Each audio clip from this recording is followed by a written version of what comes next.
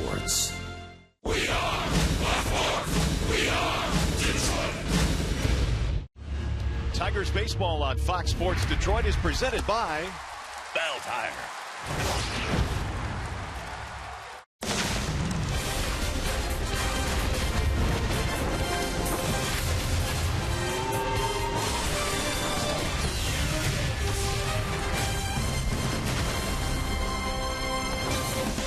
The Tigers' bats have come alive of late. One of the main reasons, Yoenis Cespedes batting in a .390 clip with 11 RBIs over the last 2 weeks. And tonight, Cespedes and the Tigers taking on the Indians, Game 2 in this 3-game series. Hi again, everyone. Welcome to Tigers Baseball. Mario and Pemba alongside Ron Allen. We are glad you are with us here tonight. Really, the story in this one is the pitching matchup, Ron. It's marquee. We'll start with David Price of the Tigers. He's been awfully good lifetime against the Indians. Well, since the Tigers acquired David Price from the Tampa Bay Rays, the Indians really have not been able to beat him, and his ERA is under 1.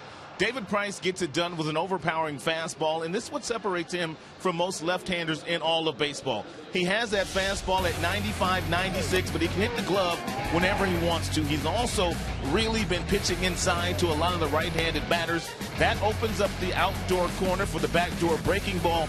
Also, the really good changeup. He's starting to use that curveball a lot more.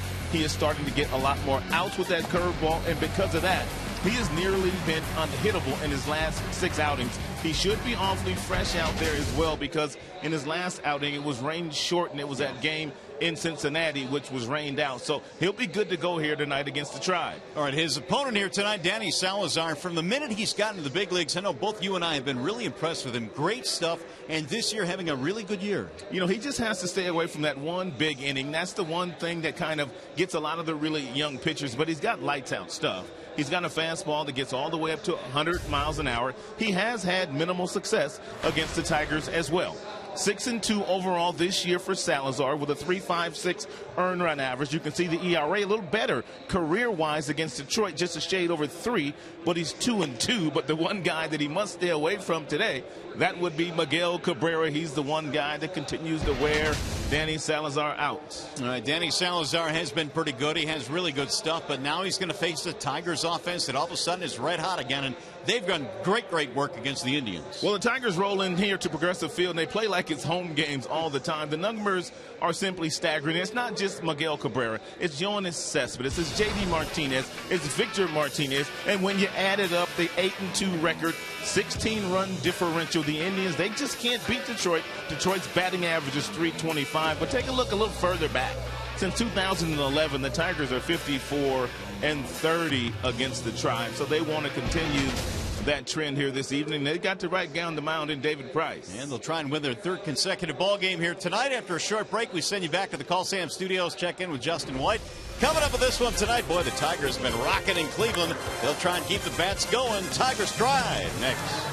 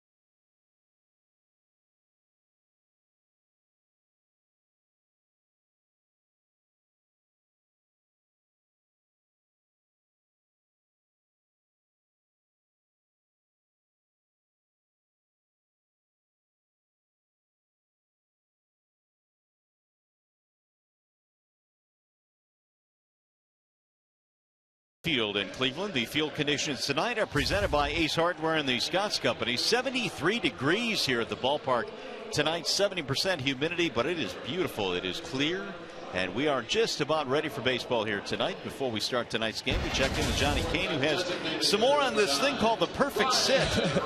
Perfect sit. The Tigers are 2-0 when David Price sat in the taped off section of the dugout, but Price is on the hill today, so Kyle Ryan a few moments ago was taping off that designated spot because Jabba Chamberlain said that seat would be filled by someone, and someone did just sit down. I believe it is the young lefty, Kyle Ryan.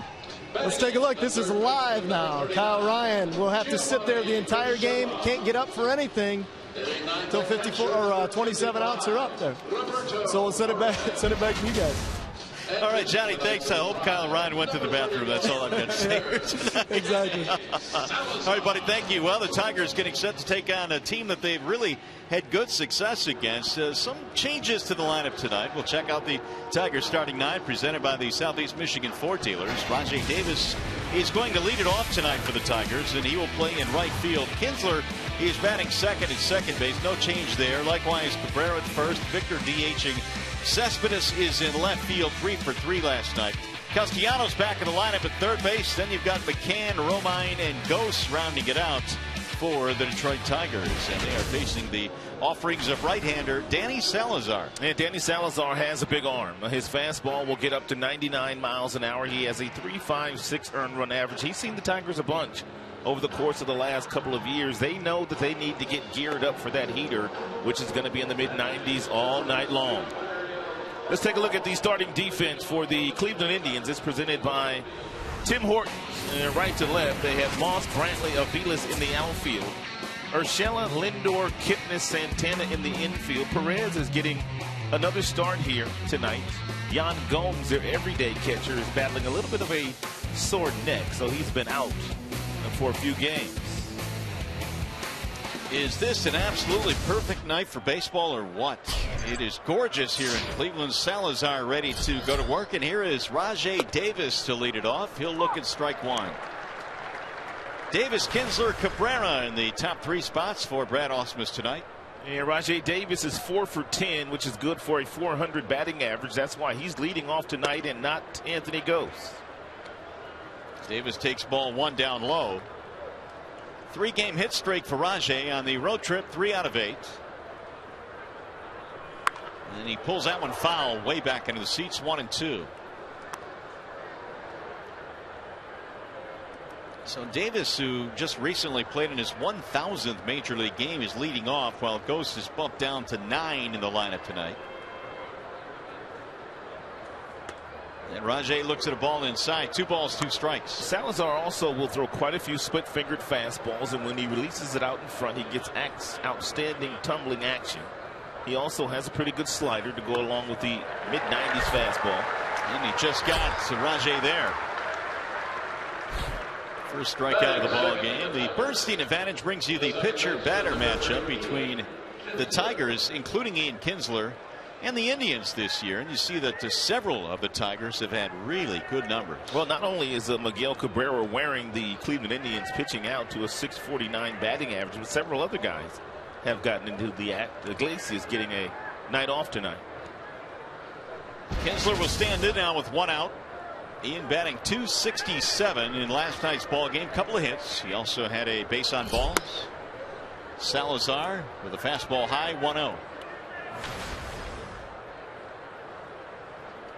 5 for 15 for Kinsler against Salazar. 2 balls, no strikes on the Tigers' second baseman. And Kinsler has gotten himself into a predictable fastball count here. 2 balls, no strikes. Very seldom does Salazar not challenge the hitter with a fastball in this count. Fastball to 95, but it missed, and now he's gone 3-0. Salazar, 25 years old, a native of Santo Domingo in the Dominican Republic. He stands 6 feet, 195. And that is in there for a strike. And Salazar has a very smooth, easy delivery, but a fast arm. That fastball really comes out of his hand nicely. Bouncing ball foul. 3-2 now on Kinsler. Waiting on deck, Miguel Cabrera, just underway from Cleveland tonight. Game 2 in this series. They'll wrap it up with a day game tomorrow, and then the Tigers return back home.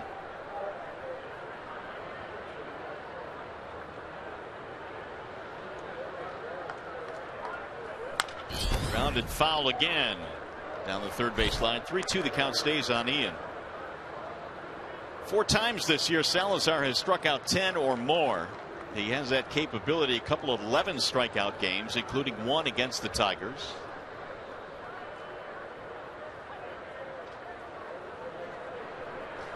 Kinsler sends a ground ball to third. Spinning play there by Urshela. Nicely done for out number 2.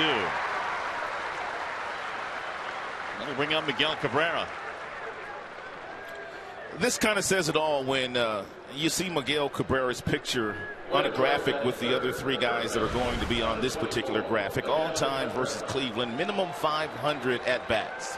Babe Ruth is the only one that has a higher OPS than Miguel Cabrera. Ted Williams, Lou Gehrig also on the list. That's special company. Babe Ruth literally the only guy ahead of Cabrera. And he stands in now with 2 outs. A couple of hits last night in the ball game.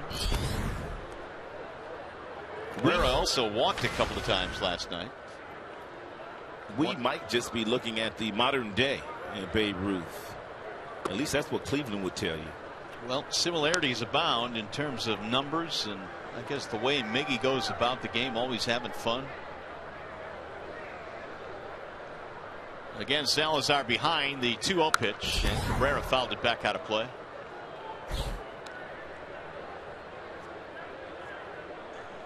So a manly matchup here, a guy with a mid-90s to upper 90s fastball, and you've got Miguel Cabrera, who leads the American League in hitting and RBIs. And he happens to be in scoring position as we speak. He'll drive that one to right field and take his 2-out base hit. 3rd hit of the series now for Miguel. That's one of the things that makes Miguel Cabrera so special, and Salazar just can't figure him out. Now, this ball is about 96 miles an hour. It is up and out of the strike zone, but somehow Miguel Cabrera able to climb the ladder with his hands and get on top of it and hit a sharp line drive for a base hit to right field. The average now for Miguel Cabrera is 400 against Salazar. Against the Indians overall, 658 and climbing. Here's Victor Martinez. He's got really good numbers lifetime against the Tribe as well. 352. They play Victor to pull as the second baseman Kipnis goes to the grass, deep to the grass.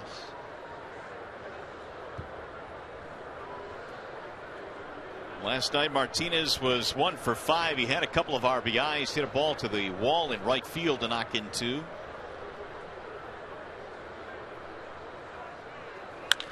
That's pulled on the ground right into the shift. Kipnis with the backhand.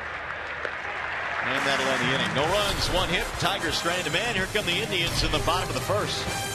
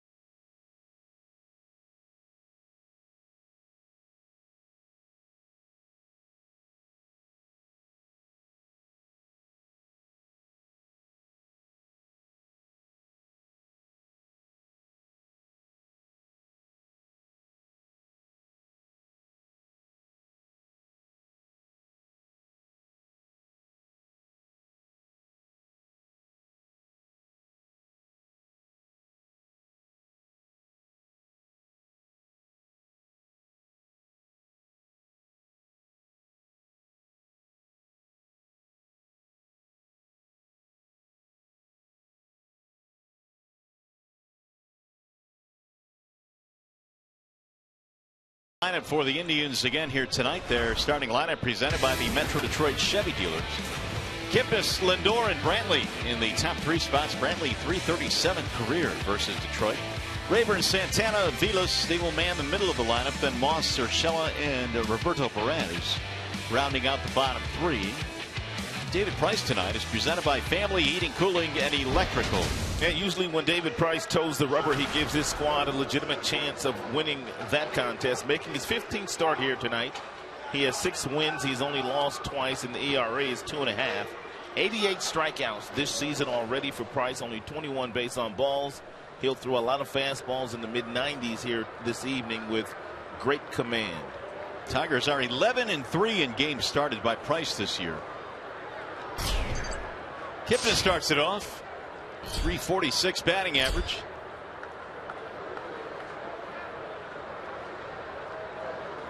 First one from Price is a strike called by Eric Cooper. Kipnis advanced his hitting streak to 17 consecutive games. Couple of hits in last night's ball game. Couple of RBIs as well. Drives this one to right field. That ball is going to get down and go to the wall. On the base of the wall, and that's going to hold Kipnis to a leadoff single.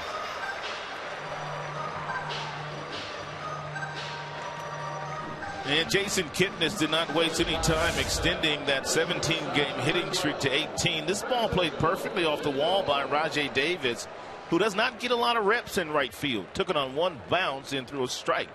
And to Andrew Romine, who's the shortstop tonight.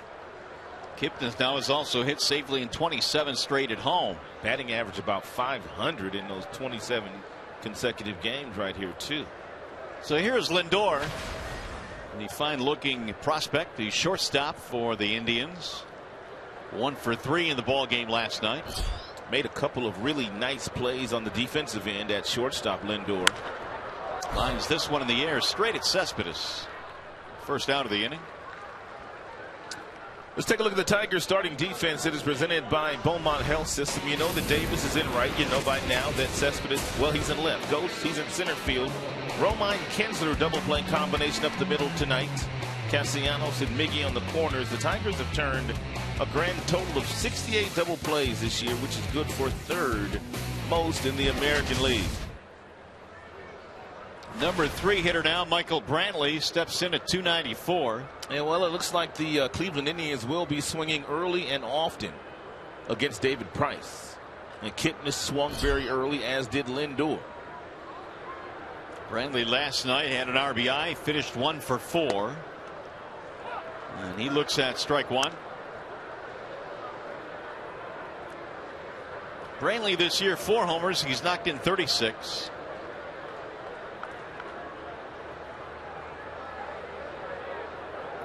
Kipnis led it off with a single, still at first base.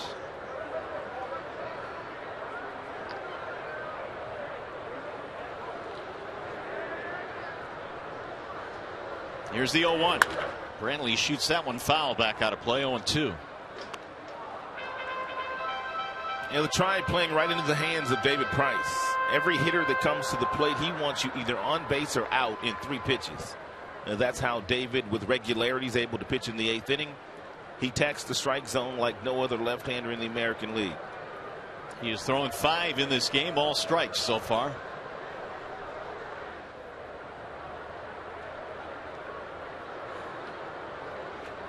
Brantley waiting on the 0-2.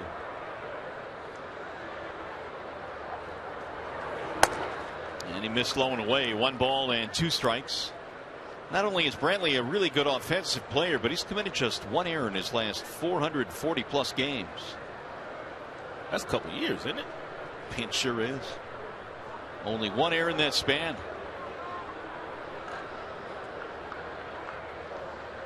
Out in center field again tonight, Michael Bourne has not played in the first 2 games in the series.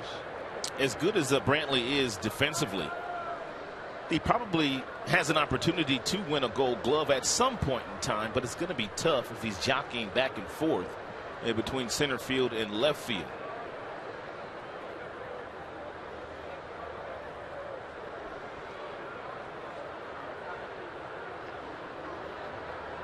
Here's the 1-2. Brantley swings and misses. Down he goes. And there are 2 gone.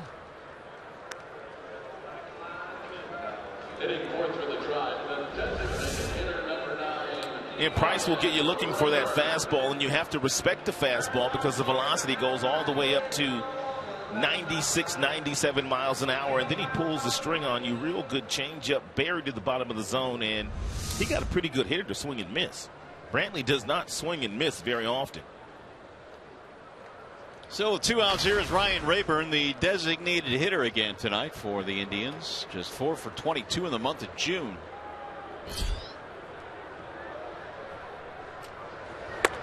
His splits are much better against left-handed pitching, and Rayburn has played the first 2 nights. The Tigers started lefty Kyle Ryan last night, and now Price here tonight. You talk about Ryan Rayburn's numbers not being all that favorable in the month of June, but their entire team is really not producing in the month of June from an offensive standpoint. .299 against lefties, and a ball outside. The count on Rayburn now, 1 ball, 1 strike. Yeah, June really has been a rocky month. Last in runs, last in home runs. Well, risk numbers are under 200. Tough to win when you're not scoring many runs.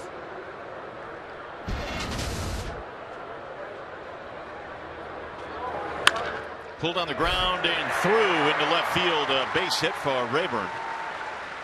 Put 2 aboard now for the Indians with 2 outs. A couple of singles for the Tribe here in the first. Now Santana. And this presents an area that the Indians have really struggled in taking advantage of their scoring opportunities. Especially when you have a guy like Santana who is being counted on to drive in a lot of runs this year, but he's hitting barely over 200 with men in scoring position. They have no issues getting a lot of base runners on the base paths and creating a lot of havoc. But once they do get those runners in scoring position, they don't have the kind of personnel that the Tigers have in the middle of their order to drive in those runs.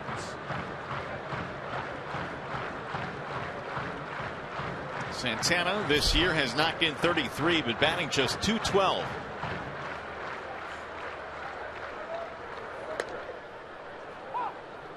Strike 1 on Santana.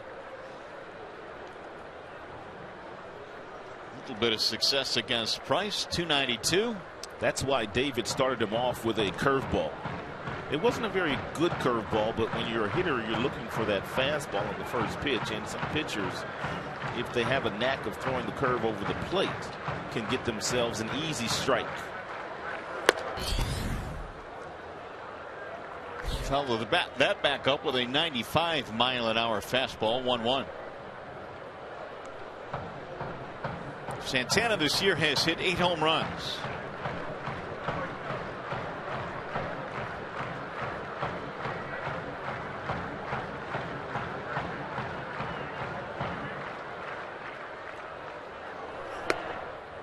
I'll make it 1-2.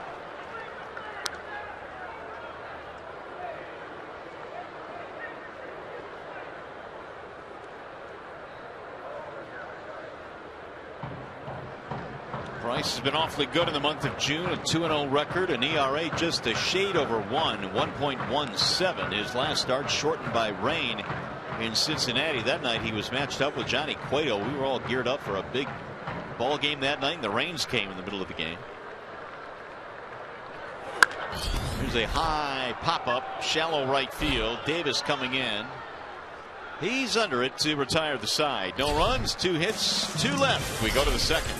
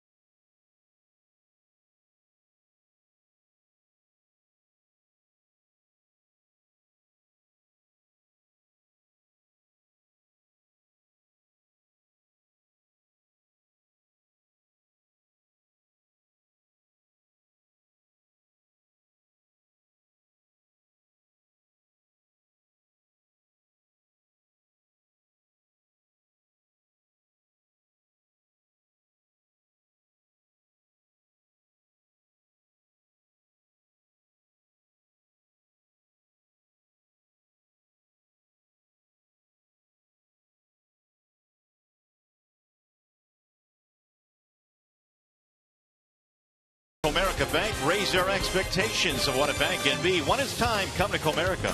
By Chrysler, come discover great deals during Chrysler Drive and Discover events. And by Country Fresh, get real.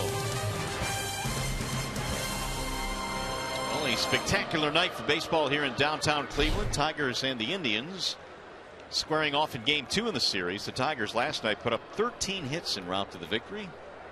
And those that have made the trip from the Motor City enjoyed last night's game, and we assume they will again here tonight. Yoenis Cespedes will lead it off, and his average up now to 308. Salazar gave up a single but no damage in the first. He picked up a strikeout as well. Yoenis Cespedes, his career batting average since coming to the big leagues is 263, but you mentioned he's well above 300 these days. His on-base percentage is well up. His slugging percentage is up as well.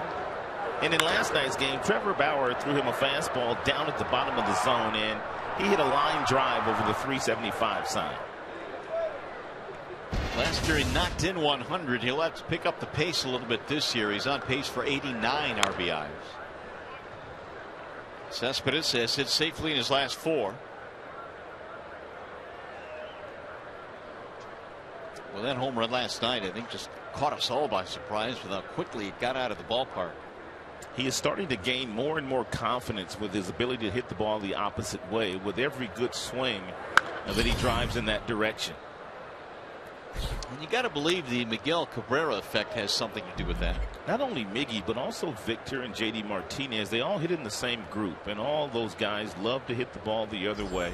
And not only do they do it in batting practice, but they also do it when the game starts. And I think they're starting to rub off on Yoenis, who was a dead pull hitter when he got here. 1-2 on Cespedes.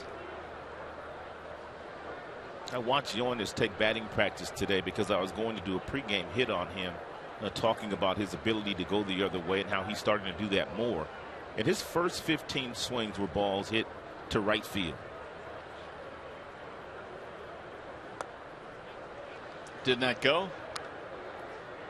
Well, he had 256 with the Athletics, then was traded to Boston, hit 269 with the Red Sox. Check out those on-base percentages, though. Real low.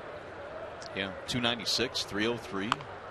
Little nubber off the end of the bat. Salazar will handle it. And Cespedes is out, 1 away. Hey, by the way, stay tuned for Tigers Live. Following the game, we'll select our Fox Sports Detroit Tigers Player of the Game, presented by McDonald's Big Mac and 10-piece McNuggets. There's Castellanos. He's back in the lineup tonight. Nick had not started a game since Friday in New York against the Yankees. Andrew Romine got a couple of starts at third base. Romine playing short tonight as Iglesias gets the night off. Ball 1 outside.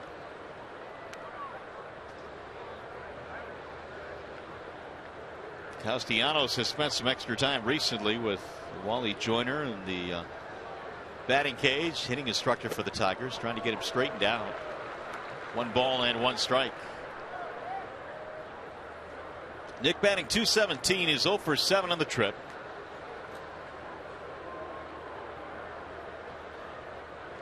Swing and a miss again. Salazar gets ahead in the count, 1-2.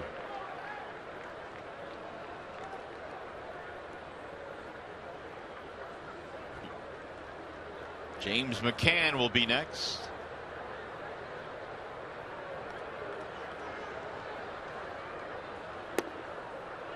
Two balls, 2 strikes. Good slider there thrown by Salazar at 85. Fastball 96, 97. So to have 10, 12 miles per hour differential on your slider, it's a good pitch. And especially when you locate it at the bottom of the zone as he did on that last one to Castellanos. And he got him swinging. 2 outs. Batting 7th for Detroit, the catcher, number 34, James McCann. That's a split-fingered fastball there. He showed you the slider, and he also showed you the splitter. He also struck Rajay Davis out on this tumbling split-fingered fastball. Here's McCann with 2 outs. Already noticing a difference tonight in Salazar. not as fastball happy early in this game as he has been in some of his prior starts against Tigers bats. There's the fastball missing high, 1-0. It's a real nice piece you did in the Tigers Live pregame showing James McCann on his footwork and his ability to throw the ball on the bag at second base, being such a young catcher in the movies. Well, that and the fact that Tigers pitchers have really kind of taken to him. They enjoy throwing to him. And when you look at a major league catcher, really as close to the complete package as you want right now. He's got arm strength. He's got the footwork. Gives you a nice quiet target. He looks the part too. Yeah, that he does. There's Alex Avila. He is on the comeback trail. They're hopeful of starting a rehab assignment on Thursday for Avila. I think Brad said he was going to catch a bullpen here today, wasn't he? He's going to try and catch one today and tomorrow, and then head out probably to catch up with Toledo for, who knows, probably about a week in that area, 5 to 7 days. He also was able to take some BP again today. He's been throwing to the bases. He's been running. Chatted with Alex yesterday, and the one thing he said is, I've got to get my stamina back up. He hasn't caught in a long time. Chop to the shortstop. Lindor has an easy hop.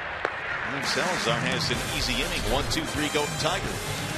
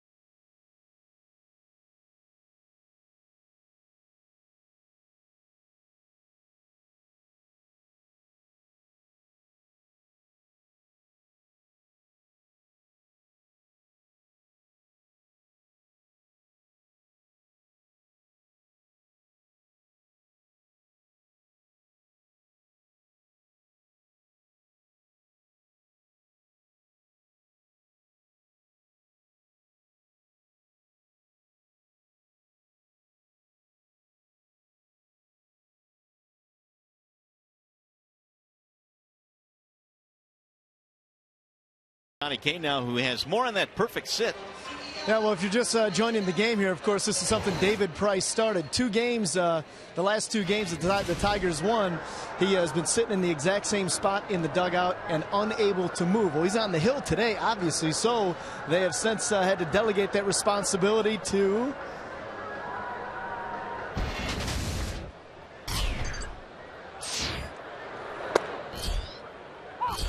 wait for it, Kyle Ryan. So Kyle Ryan is now the designated perfect sitter for today, and he's doing exactly what David did yesterday with the towel over the leg, and he's got to sit there for 54 outs. So he can't move, he can't go get a drink, he can't do anything. That is correct. It looks a lot like, to be honest, it looks a lot like a pitcher that's zeroing in on a no-no, right? Everybody stays away from him, but he's just sitting down there by himself. He's had very little interaction. He looks lonely. Or it looks like a 5-year-old in timeout. One of the 2. Yeah, that's true. All right, Johnny. Thanks, buddy. All right, guys. David Price goes back to work, and it's fouled back out of play by Mike Aviles. It'll be Aviles, Moss, and Urshela here in the second. No score. David now has gone 6 for 6 in first pitch strikes to start this game. He has thrown a total of 17 pitches, and he's only missed the strike zone with 3 of those.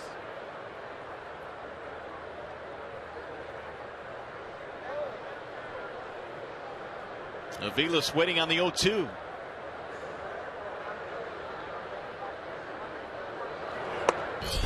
One ball, two strikes on the left fielder. Aviles at 263, did not have a hit in the ball game last night, was 0 for 4. He has not hit well in this ballpark this year, just 208 at Progressive Field.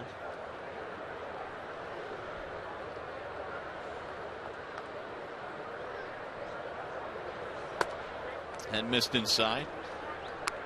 When they set down Chisenhall and Ramirez, it was Aviles getting some reps at short, but now Lindor has joined the team, so Aviles getting some start in the outfield. Very versatile guy that can play any infield position and patrol the outfield as well.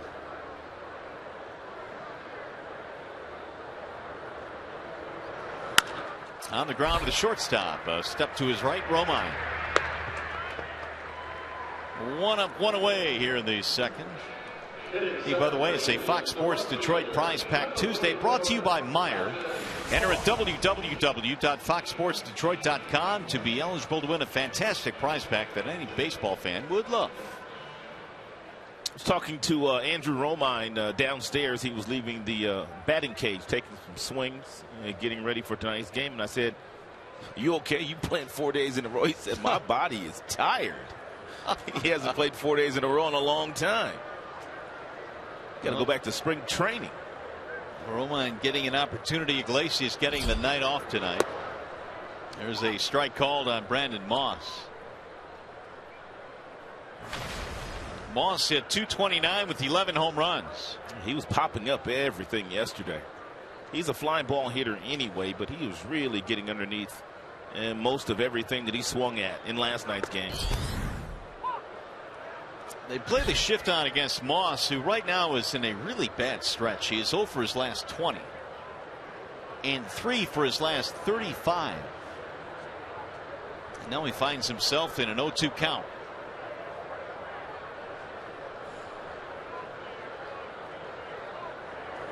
Swing and a miss. Down he goes for a strikeout. David Price gets ahead of you with the fastball in the mid-90s. And then he comes back with a real nice cut fastball at 87. It's got some slider action to it, but not as much depth, not as much break as your more conventional slider. But the result's a good result for Price. And the result is his second strikeout. Here's Giovanni Urshela.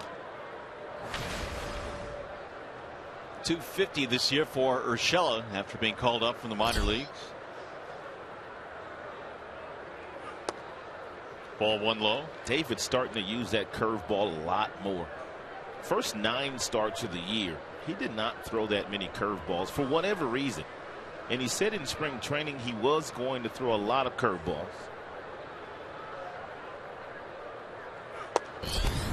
But in his last 5 starts, he really has been using the curve a lot, and the numbers are really good. And you can see 15% in the last 5 starts versus just 5% with that curveball in the first 9 starts. And look at that bottom note. Since he started to use that curveball a lot more frequently, the numbers are really good. 3-1 with a 1.19 ERA for David in his last 5. Any particular reason you think he might be using the curveball a little bit more recently? Confidence. I think he's just showing more confidence in it, even though Sonny Gray of the Oakland Athletics gave him that new grip over the offseason. It takes a while before you start to use it, especially when you have so much success with your fastball. And David has always had a lot of success with his fastball, so it's been hard for the pitching coaches to get him to go to the softer stuff to get himself easier outs, but he is starting to adopt that theory. 2 balls, 1 strike on Giovanni Urshela. We're in the second here in Cleveland, no score. And Urshela takes high, run the count 3-1. There was another curveball. You see how long it took for McCann to shake to the curveball, and because he was thinking David wanted to go in a different direction. Perez on deck.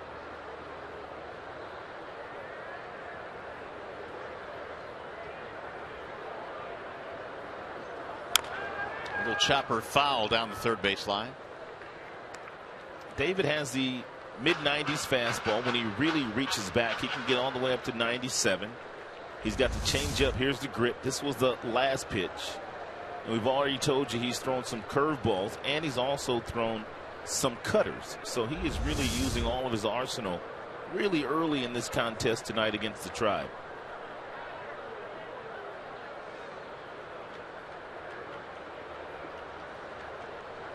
Here comes the 3-2 fastball.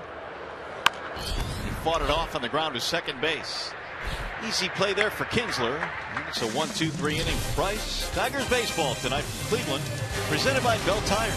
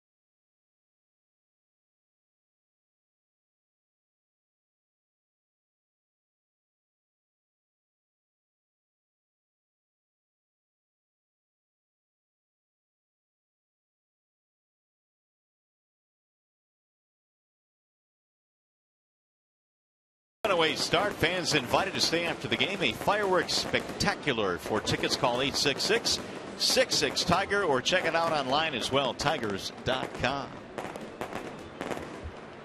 Back here in Cleveland as we move on now to the top of the third on the shores of Lake Erie here. No runs, 1 hit for the Tigers. No runs, 2 hits for the Indians.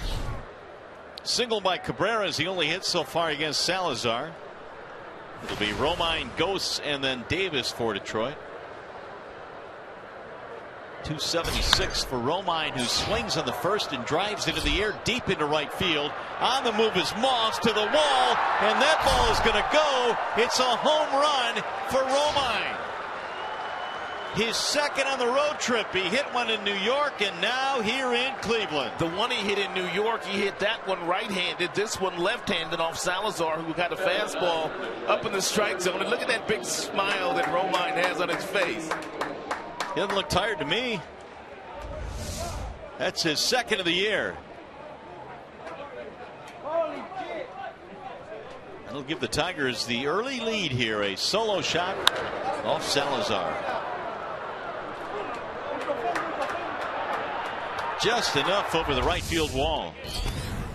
Ghost tried to bunt his way on 0-1. So the suddenly powerful Andrew Romine. Wow, he's even got a home run dance ready. They had to dust that one off, apparently. Here's the 0-1. Chopper to the second baseman, to his right, Kipnis. Here's the home run that Romine hit on Sunday when the Tigers hit 5 home runs in that game. Victor and J.D. Martinez hit the other 4. That one came against the rookie DePaula, who threw his first pitch in the big leagues, and it was hit out by Romine. I know, right? And here's the one tonight. A little fastball that crept right back over the plate, and Romine got it just right. The way Moss was drifting, it looked like he might have a chance at that ball, but it just kept going. Tigers lead it 1-0. Rajai Davis, the batter.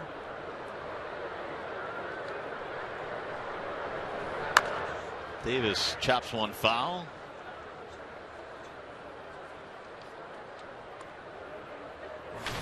#12th home run allowed by Salazar. That's a team high. Rajai is 0 for 1. Salazar struck him out to start the ball game.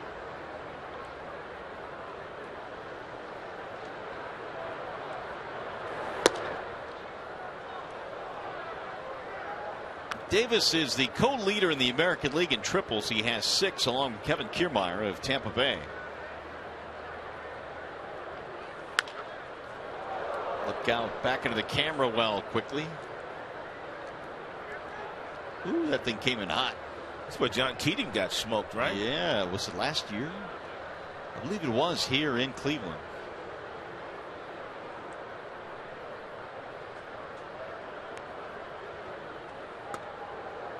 And backed him out of there. 3-2 now on Davis. First curveball that Salazar's thrown tonight. We've seen the cut fastball, we've seen the slider, we've seen the splitter, and the mid-90s fastball, but that was the first curveball we've seen.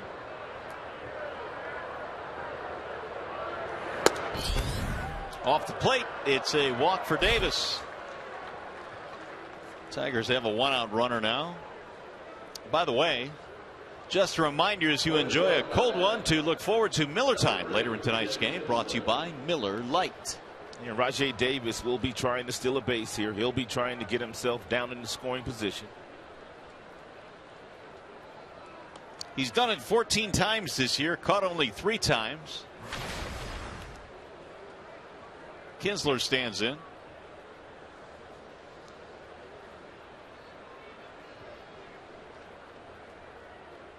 The stolen base leader in the American League is Altuve of Houston with 17.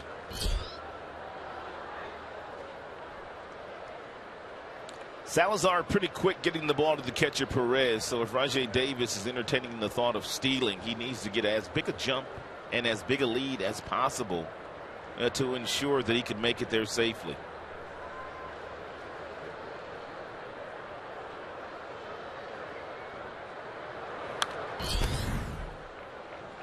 0-2 on Kinsler. The last thing you'd want to do if you're Rajai Davis is to run yourself into an out at second base, not getting a good jump, and knowing that Miguel Cabrera is lurking in the on-deck circle and the damage that Miguel has done this year against tri pitching.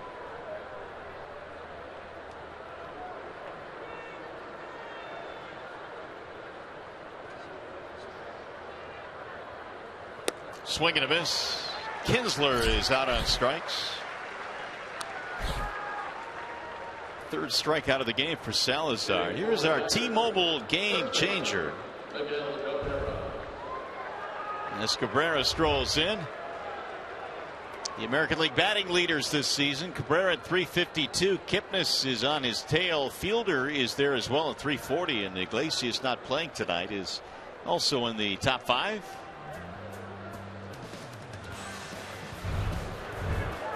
Now Miggy, who singled in the first, stands in with 2 outs.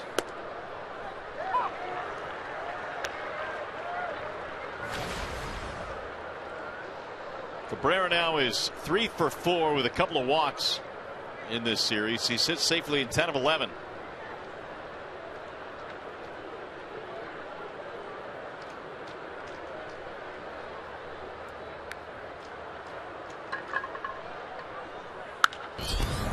Driven down the right field line, slicing away. It'll go back into the seats.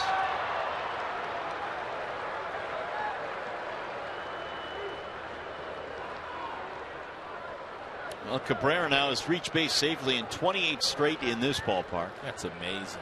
I know he's good, but there has to be some kind of sense of comfort when he comes to the plate in this ballpark. 28 straight games reaching base safely in this yard.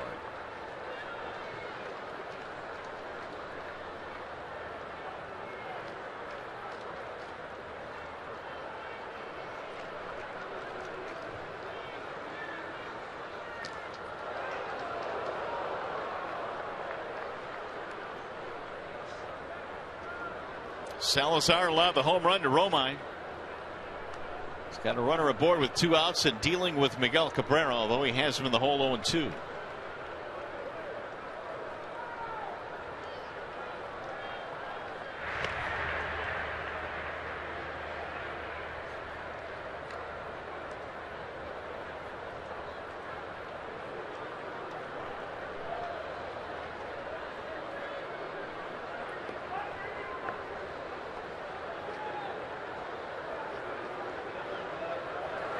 Swing and a miss, and they finally get Cabrera. Salazar strikes him out. His 4th of the game. However, the Tigers have taken the lead. Romine goes deep. His 2nd of the year, 1-0 Detroit.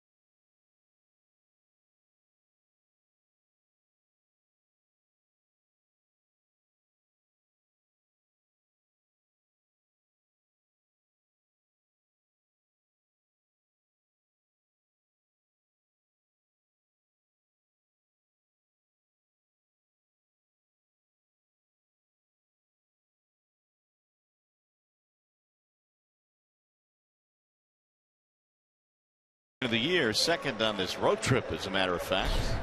And back to the mound goes lefty David Price. He will face the number 9 hitter Roberto Perez. Then back up to the top, Kipnis and Lindor.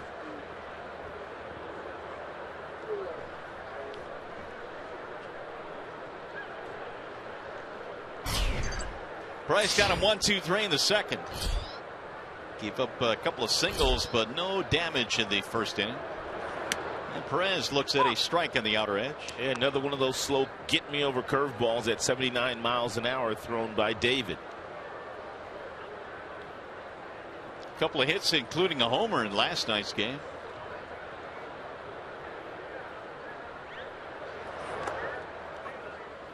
One ball, one strike. And David Price doing an exceptional job tonight with his first pitch strikes. He is 8 of 9. He's thrown a grand total of 31 pitches. He's only missed the strike zone with 9 of those.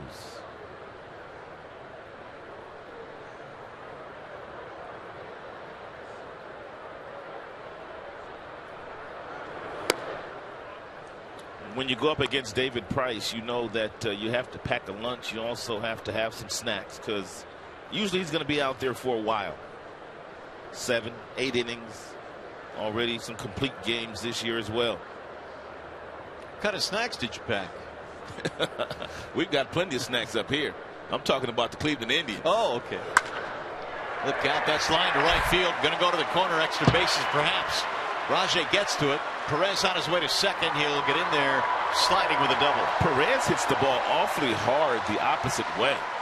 His home run that he hit in last night's game, he hit to right field.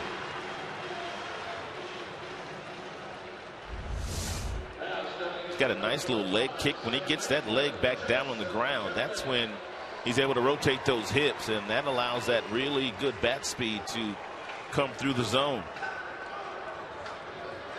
So the tying run in scoring position now. That'll bring up Jason Kipnis. That is the 3rd hit of the game already for the Indians. And their top hitter coming up. Kipnis singled in the 1st.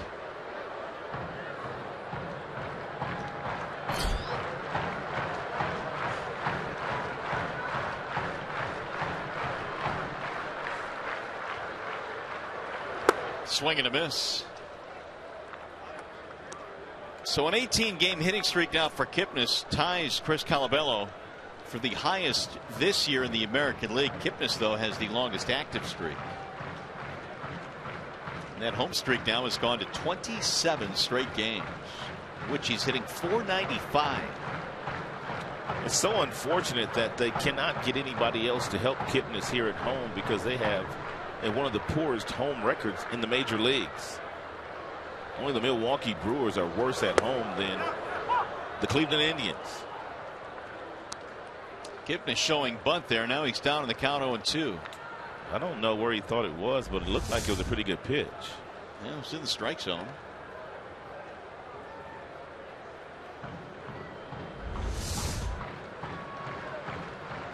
Lindor on deck.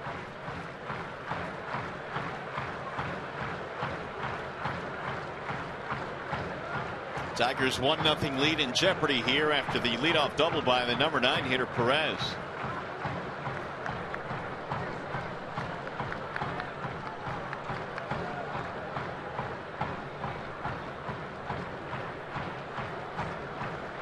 John Adams banging those drums out there in left center field. Been banging them for a long time. Decades, actually. 0-2 fouled away. You got to be strong, man, to just continue to bang those drums game after game, pitch after pitch. Yeah, he's leaning up against the wall. Got a little support.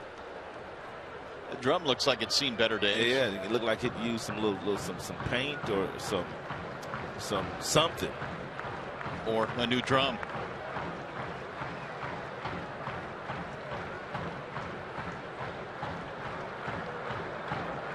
Oh, 2.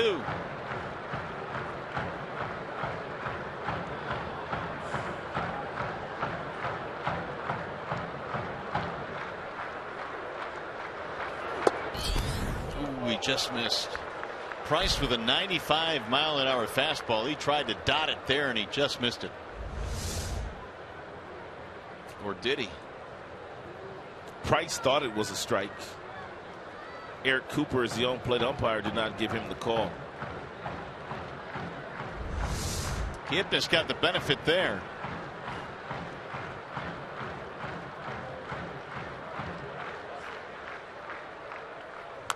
Little chopper back to the mound. This will advance the runner, and it's bobbled by Price. No play. Everyone is safe.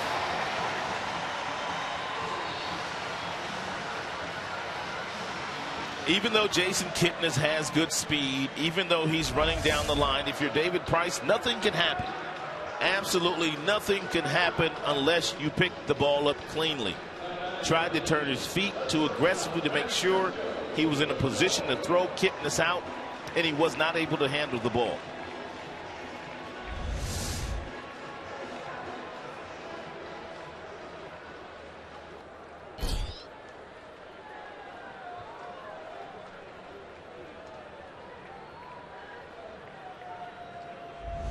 You wonder if James McCann would have had a better play here than Price.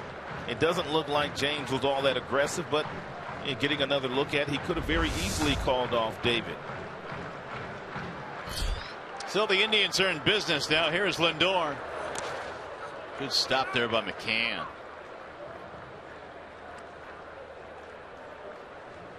First and third, nobody out.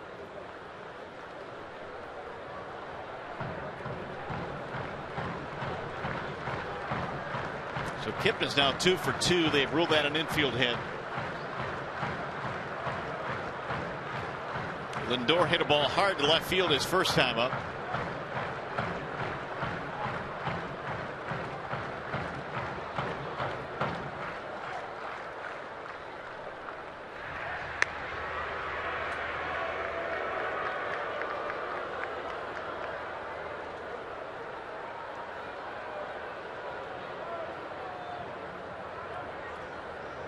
Price, among his many really good numbers this year, are his numbers on the road. A 4-1 record, a 1.92 earned run average. This is his 5th road start of the season.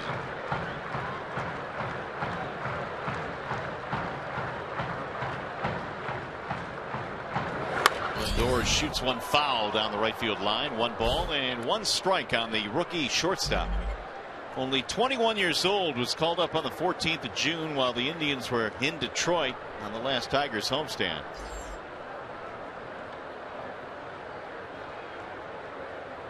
He was the 8th overall pick back in 2011, the first rounder of the Indians.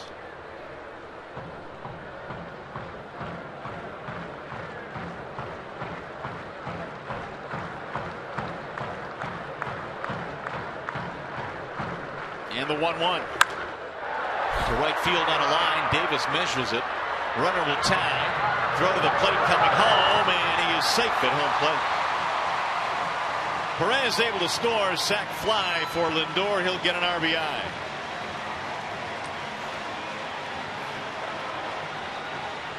And the ball hit directly on the line to Rajay Davis. Rajay could not get behind the ball because he was not so sure how far it was going to travel. And then once he had to leave his feet to make a play, he was not going to have an opportunity to throw out Perez.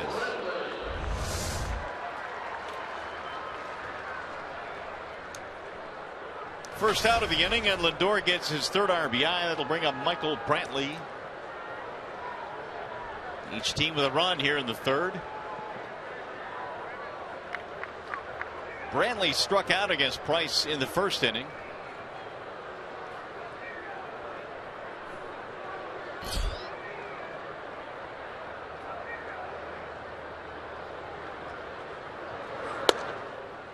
Strike 1 on Brantley.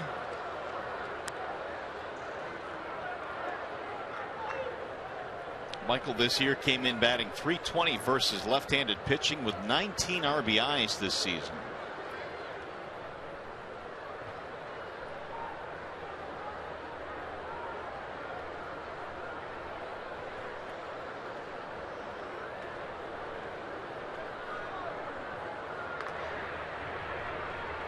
Price struck him out in the 1st, and Brantley is the toughest guy statistically to strike out in the American League. Once every 13.9 at best, so once every nearly 14 ABs he strikes out. Yeah, he doesn't swing and miss very often, but did not look all that comfortable in that final breaking ball that Price was able to get him on. It's a throw over sign here.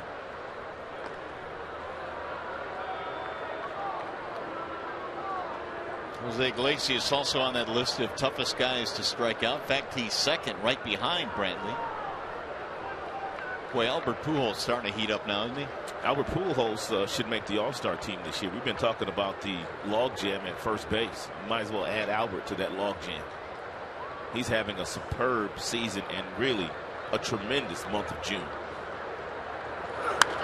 Brantley fouls it away, 0-2.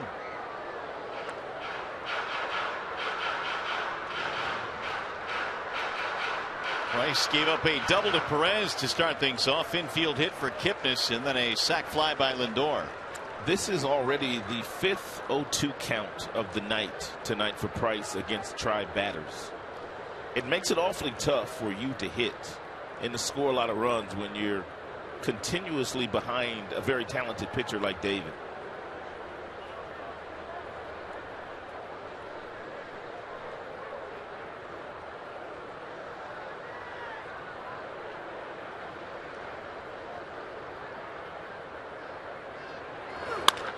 Ground ball back up the middle. Kinsler on the backhand. A 2nd one. Romine with the relay.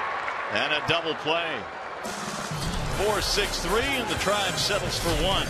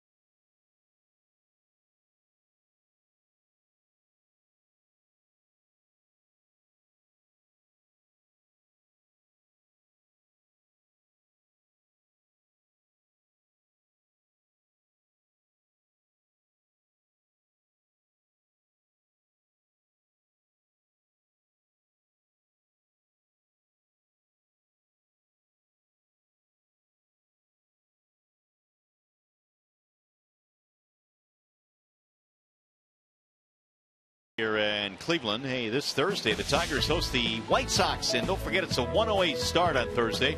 First 10,000 fans receive a Victor Martinez bobblehead courtesy of Bell Tire. For tickets, call 866-66-TIGER or visit tigers.com. Well, here come the Tigers in the fourth. It'll be Martinez, then Cespedes, and Castellanos. 1 run on 4 hits for the home team. 1 run, 2 hits for the Tigers.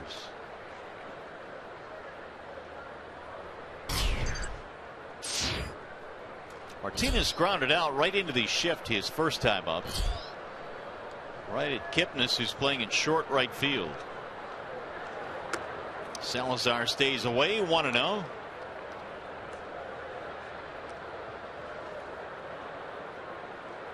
There's the shift that they employ against Victor.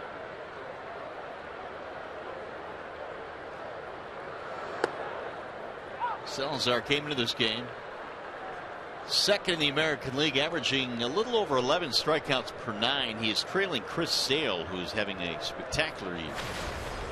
Striking out a lot of guys. Sale is over 12 strikeouts per 9.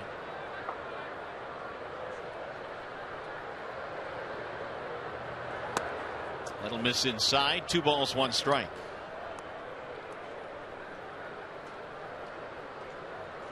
This is what it looks like in the majors. Kershaw is up there, right behind Sale, then Salazar.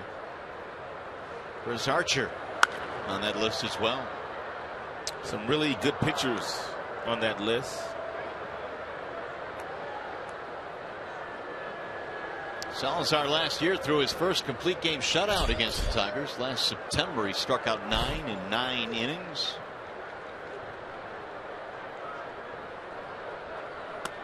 Ball high, 3-2 now on Victor Martinez.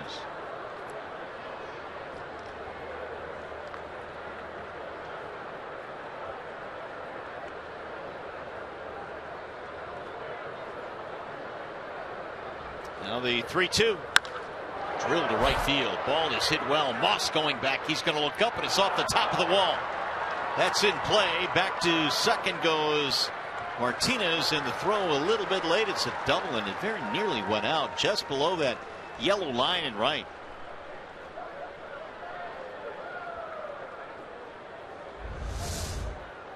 And Victor Martinez continues to torch his former squad, and especially when coming to this ballpark. And that's a fastball that's outside that Victor's able to go out and get and hit a line drive off the wall. And he really had to hustle to get a double.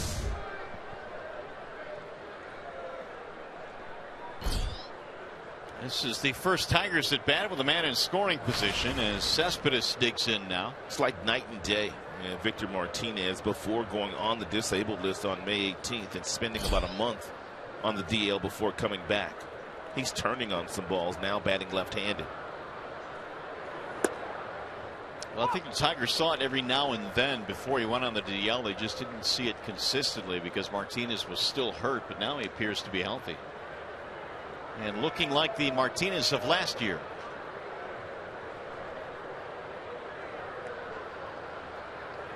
Cespedes with a big swing. Good pitch to hit there for Cespedes. Hanging breaking ball, but the swing was too big, and usually when you take these huge swings, you don't make contact. He knows that he had a good pitch to hit.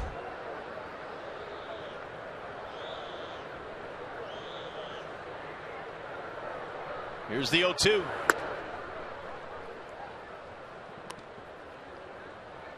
Yoenis hit one back to the mound his first time up. He's 0 for 1. He has hit safely in 14 of his last 15 games.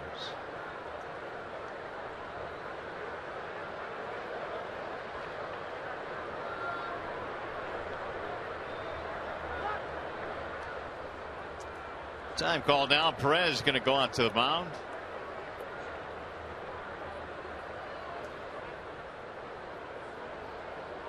Salazar had a 1-2-3 second, gave up the homer to Romine in the third, and now the double to Victor here in the fourth. Tigers have 3 hits.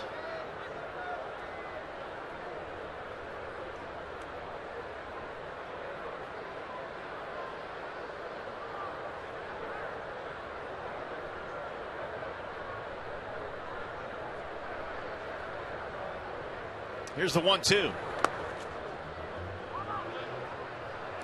2 balls, 2 strikes. Nifty pickup there by Perez. And Yoenis Cespedes still has the job to do. He's trying to get Victor Martinez over third base. Victor also needs to be cautious, though. If he does hit something hard to the right side of the infield, being Cespedes, Kipnis and Santana might just try to get Victor at third base.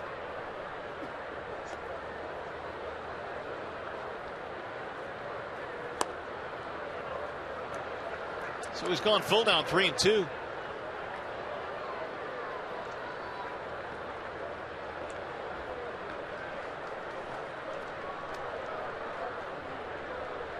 Salazar lasted just 4 2/3 in his last start, his shortest outing of the year. It was against the Cubs. Fouled off.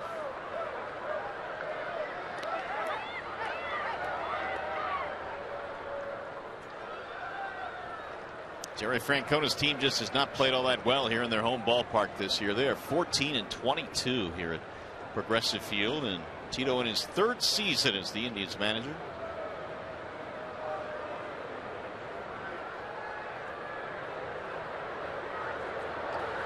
Swing and a miss. Cespedes out on strikes. 1 away. Time for a game break. Here's Mickey York. At bat for the Tigers, number 9, Nick Castellanos.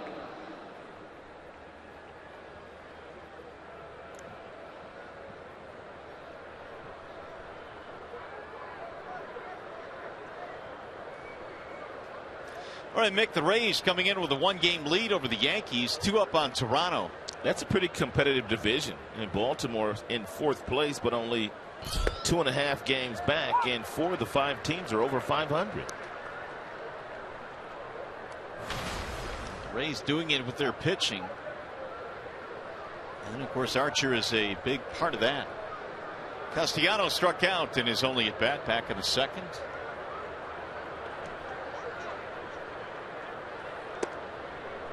Strike called, and Nick now quickly down 0-2. Didn't seem to agree with that last call from Eric Cooper.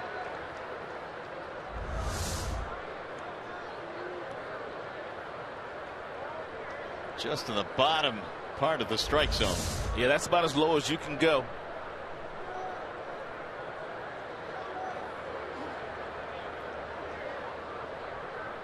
The 0-2.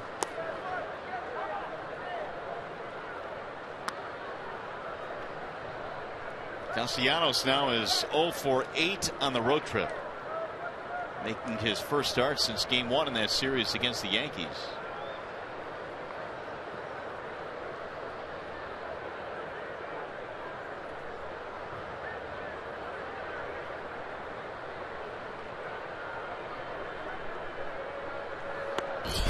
Laid off.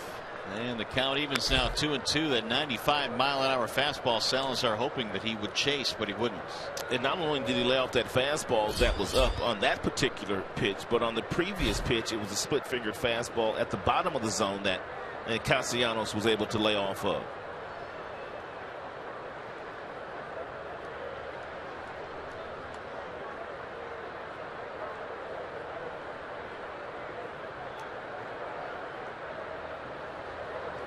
Swing and a miss. He strikes him out for the 2nd time in the ballgame. That split-fingered fastball that Danny Salazar is featuring here tonight is absolutely dirty. And when you have 95 to 98 in your back pocket and you come with the same arm speed, the hitters cannot tell whether that's the splitter or not.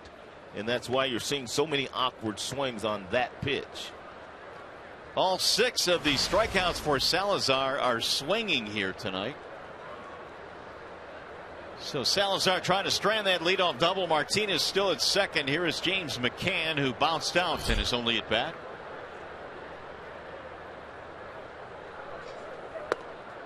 And he looks at strike one.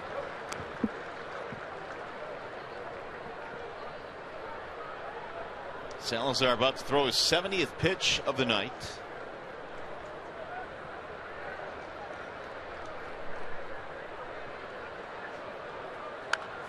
McCann pops it up foul back into the seats. Now it's 0-2 on McCann. Well, they're making Salazar work at least here. 20 pitches in this inning. He's up to 70 now. And Tigers are going to get into that bullpen once again tonight with the pitch count of Salazar being at 70. And he hasn't gotten out of the 4th inning yet. Trevor Bauer did not last very long in last night's game, the Tribe starter. Just 3+ for him.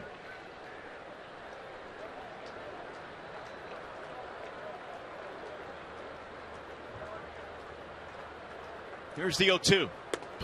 Got him. Strike 3 on the outer edge. And Salazar pitches around a leadoff double. 7 strikeouts in the game.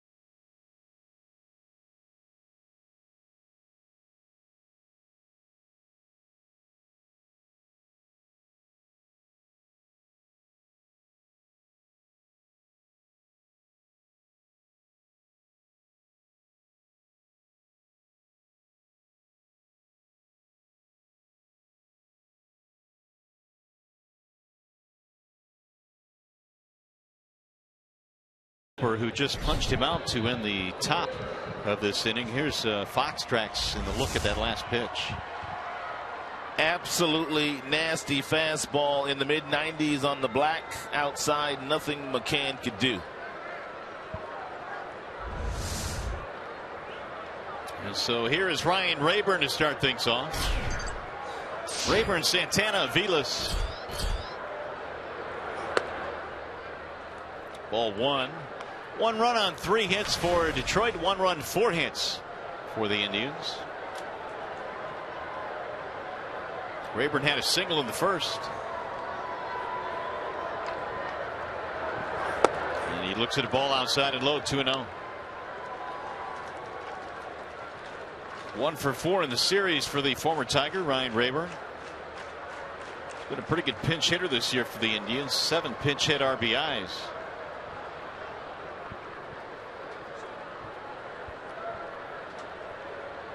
Here's the 2-0.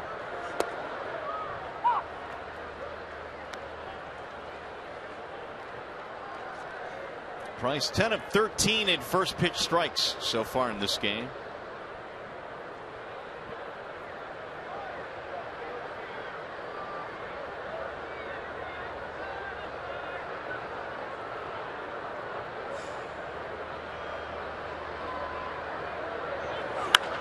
Drill down the left field line. That is going to get down and go to the corner. Cespedes digs it up. He's going to fire it back into second. Going to be late though, and a leadoff double for Ryan Rayburn. It took a long time for James McCann to get to the pitch that David Price wanted to throw. He shook off just about everything. They settled on the cut fastball inside, but he didn't get it in. And Ryan Rayburn was able to get to it. He turned on it and for another double.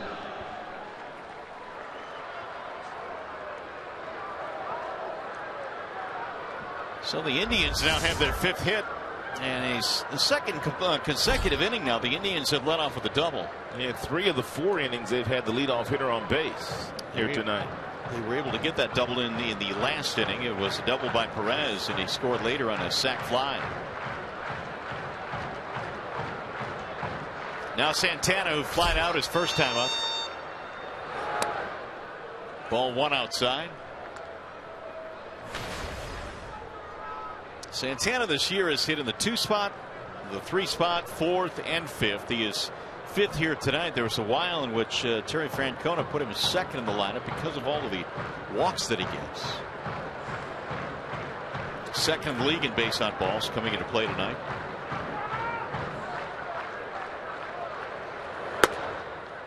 That'll miss high and away. 2 balls, no strikes. Walks are great, but rather it seems like there are some guys that are built to drive in runs in this league, and you would think Santana would be one of those guys. And even by Terry Francona putting him 2nd, really all he's going to do is clog up the base paths if he does get on base via the walk. So True. You would think that he would bat him lower in the lineup, and they would try to figure out a way to allow him to do more damage, and with runners in scoring position. Here's the 2-0. That's in there, 2-1. Pretty big strike zone tonight by Eric Cooper. He's been very generous for Price. He's also been very generous for Salazar.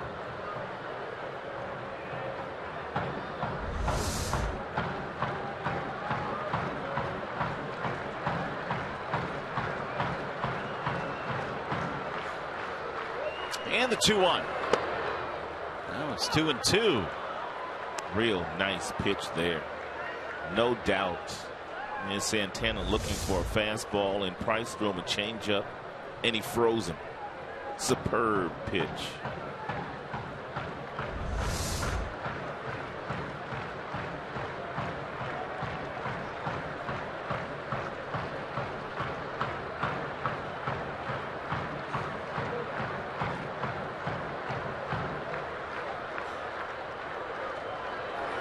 Swing and a miss, and Santana is out of there.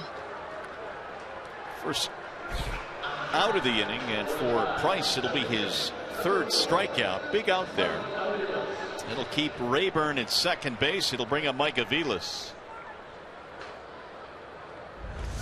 Last pitch was a curveball. You can see it coming off the fingertips of Price, and it dropped in there very nicely against Santana.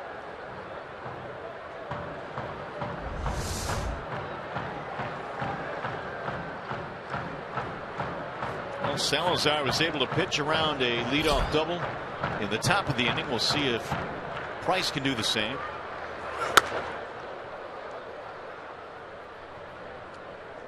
Aviles grounded out 6-3 his first time up.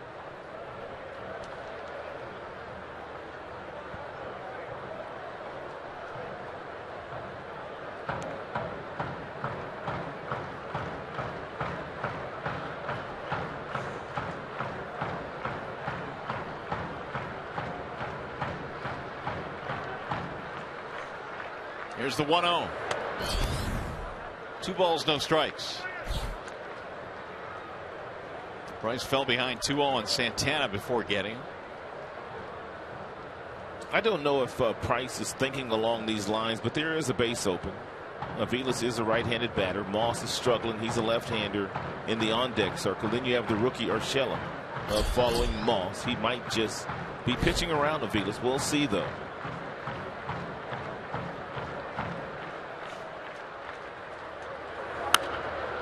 Fouled away, 2-1. Indians came into this game with a batting average as a team of .224 with men in scoring position. And that's near the bottom of the American League. In fact, it's only better than Seattle.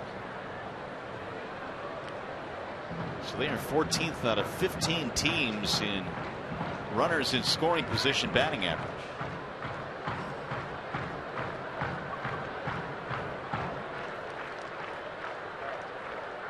Here's the 2-1. Up and in. 3 balls, 1 strike on Aviles.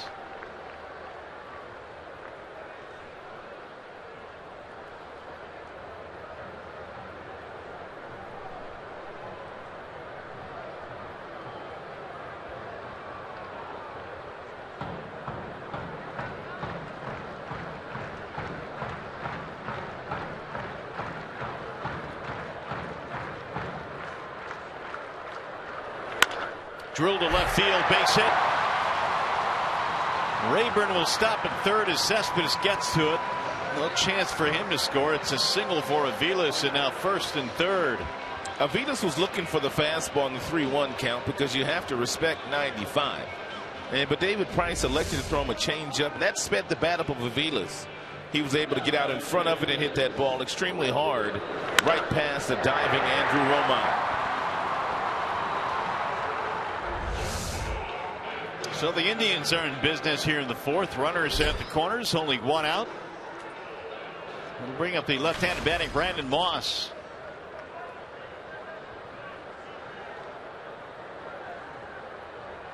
Price struck him out in the second. Moss now is 0 for his last 21. And David has already thrown one ground ball double play in this game. It was 4.63 variety. He'll be looking for another one here off the bat of Brandon Moss.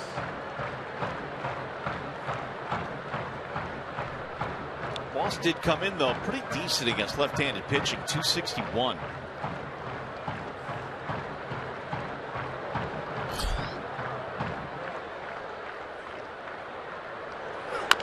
Little chopper hit foul down the first base line.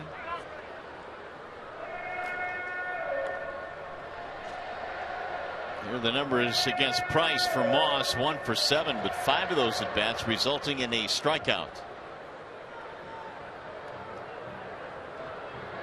Leadoff double by Rayburn, 1 out later, a single by Aviles.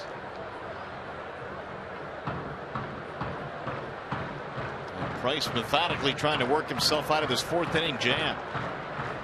Tigers tonight have been out hit 6-3, but it's still tied at 1.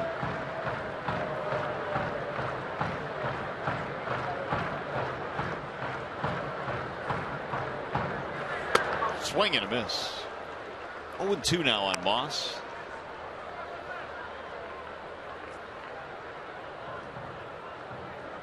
And you can't make any mistakes here on the 0-2 pitch. You've got to execute here if you're Price and McCann. And for the most part, they have been executing all night.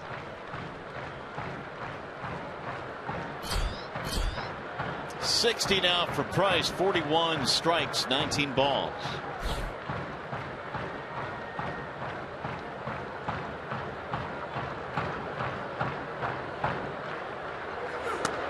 Moss takes low, 1-2.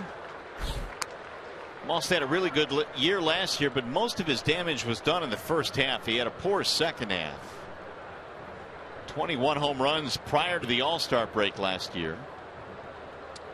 He had no protection in that lineup once Yoenis Cespedes was traded to Boston. A lot of the offensive players in the Oakland batting miss Yoenis Cespedes. Here's the 1-2, low again. Nice block by McCann. 2 balls and 2 strikes.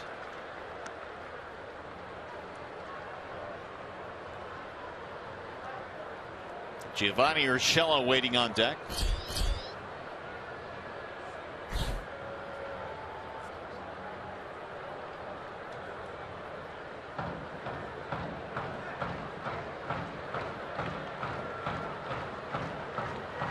Rayburn at third with a double. We've got Aviles at first with a single. Rayburn unable to score because the ball is hit so sharply to Cespedes, who has the really good arm, so they held him at third.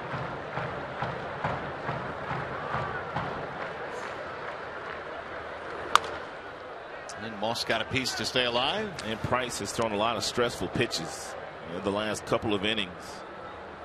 In the 3rd inning, he gave up the 1 run. It was a leadoff double by the number 9 hitter Perez. This will be his 20th pitch of this half inning.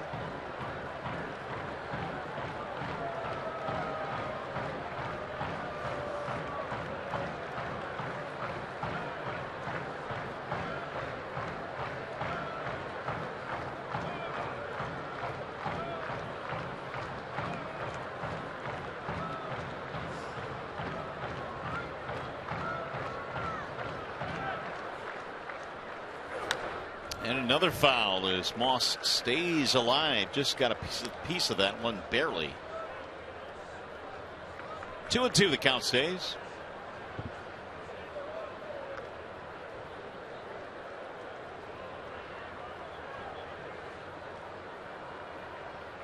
Tigers came in 2 over the 500 mark, courtesy of their win last night. The Indians are 5 under.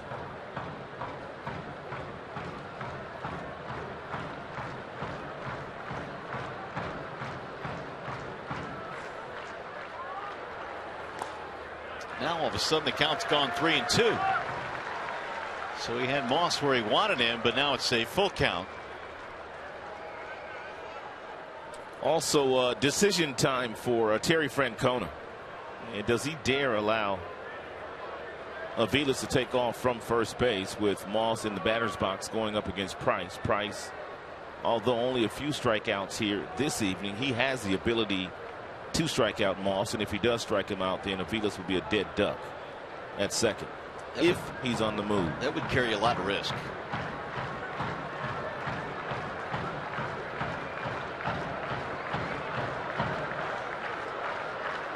Runner holding. Ooh, he got him strike 3, and Moss can't believe it. He was about to slam his bat to the ground, and home plate umpire Eric Cooper follows him a couple of steps. And we're going to make that our Bell Tire pitch by pitch. Yeah, David Price with runners on first and third had to go to work against Moss. He needed a strikeout, and he got the strikeout, and he got it on a very questionable pitch. It was a breaking ball that was hanging and nearly hit Moss, but he got the call from Eric Cooper, who has a big strike zone here tonight. It's a huge strike zone actually tonight. That thing was, it appeared out of the strike zone, and as was the pitch to McCann, which ended the top of this inning. So with 2 outs, here is Urshela. And they'll need a 2-out base hit now, will the Indians, to take the lead.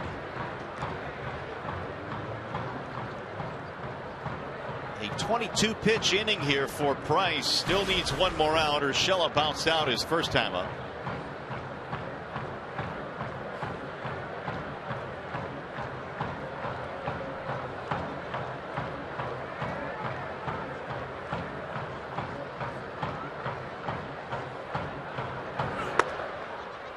Ball 1.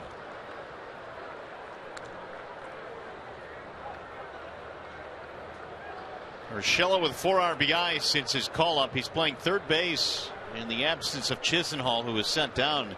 Lonnie Chisenhall just never got it going this year. He was batting .209 when he was sent down, providing an opportunity for Urshela.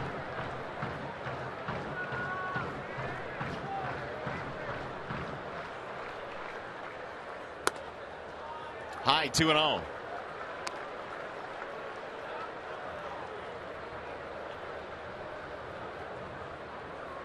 It has been a struggle here for Price to get through the 4th. But he's got an opportunity to do so without allowing a run.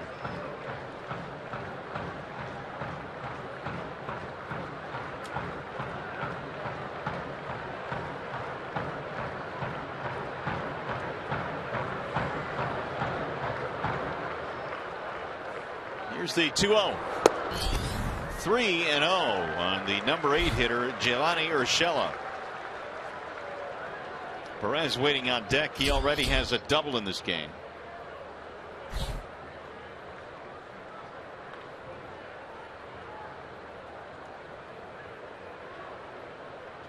Price missed the strike zone only 12 times in the first 3 innings, but he's thrown 13 balls here in this inning alone. He's gone 3-0 on this hitter. 3-1.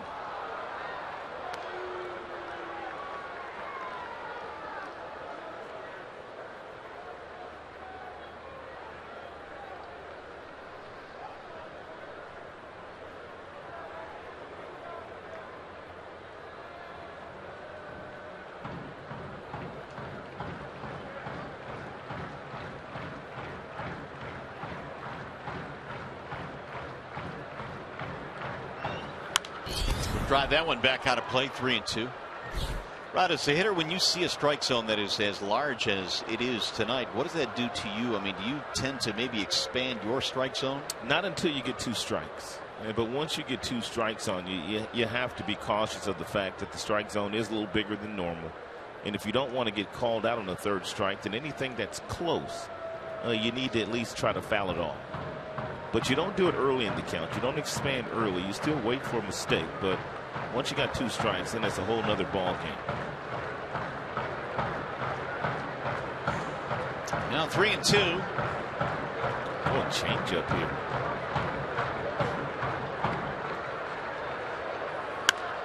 And foul back out of play. Not a lot of differential, though, between the fastball and the changeup. That changeup was a hard changeup. It was 87. And the previous fastball was only 93. So you need more speed differential if you're going to fool the hitter. Urshela swung at that like it was a fastball.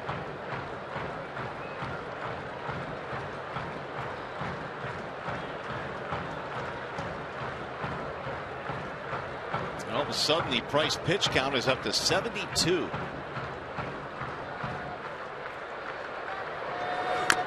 He fouled off another. Aviles has been on the move at first base. He'll head back. 1-1 game. We're in the 4th. They let it off with a double. A 1-out single by Aviles. Now with 2 outs, a 3-2 count on Giovanni Urshela.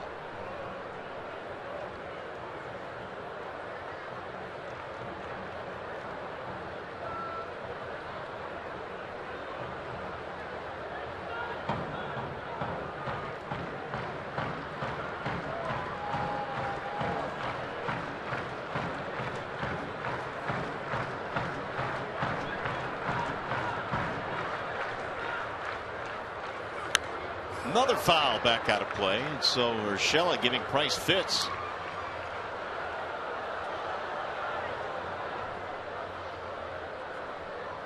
And by the way, join us again tomorrow. The Tigers will be wrapping up this series with the Indians. Our coverage begins at 11 a.m. with Tigers Live. That's Tigers Indians tomorrow at 11 a.m. right here on Fox Sports Detroit. Game time a little bit after noon here at Progressive Field.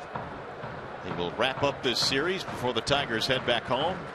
And it's going to be Carrasco and Verlander tomorrow in the finale.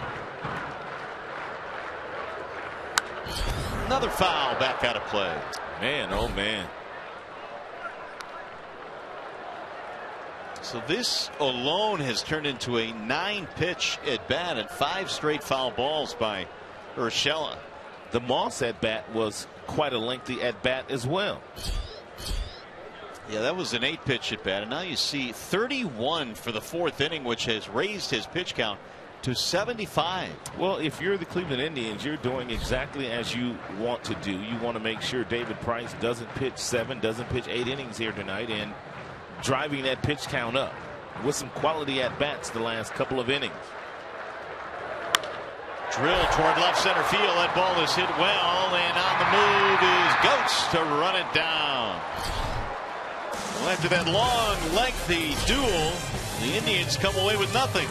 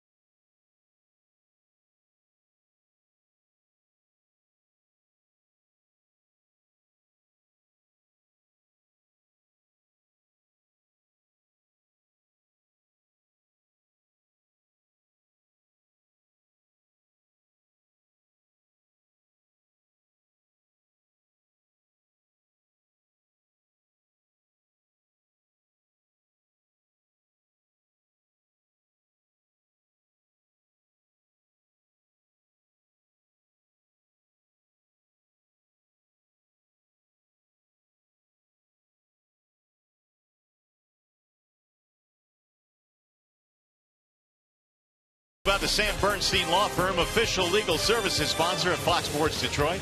Bell Tire, get the lowest tire price, period. Bell Tire. Meyer, save big with M-Perks from Meyer. Sign up at mperks.com.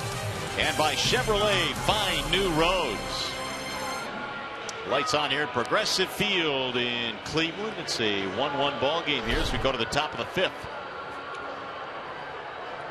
And here is our Nissan drive of the game. We told you that Andrew Romine played long ball in New York before the team left New York, but he also did it here in his first at-bat of the evening against Danny Salazar, his second home run of the season, the only run the Tigers have scored so far tonight.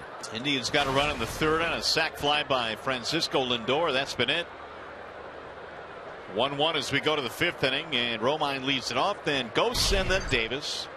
Salazar had to sit down quite a while for Price to get through that 4th inning, and David didn't give up any runs. A lot of stressful pitches thrown by Price in the last 2 innings. Ball missing high, 2-0. Salazar, meanwhile, has struck out 5 of the last 6 batters that he's faced. Yeah, he's gotten on a roll out there. 2-0 is lined toward left center field. Going to get down, and it's going to split the gap and go to the wall. Extra bases for Romine. He is going to stop with a leadoff double. Do it, Andrew Romine.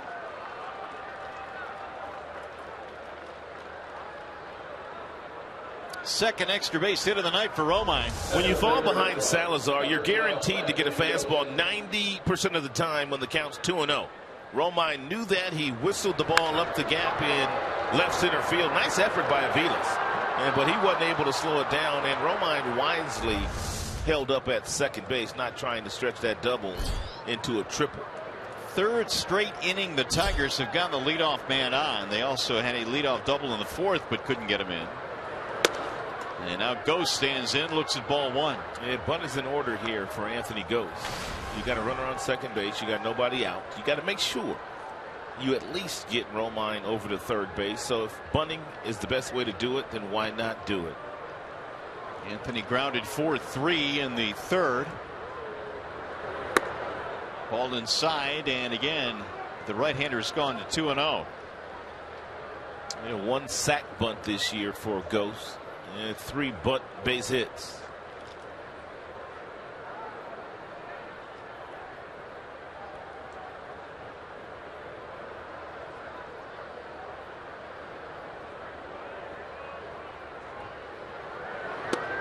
Two-0 is in there, 2-1. Ghost didn't appear to be a fan of that call. There's been a lot of those crooked looks in the direction of Eric Cooper tonight.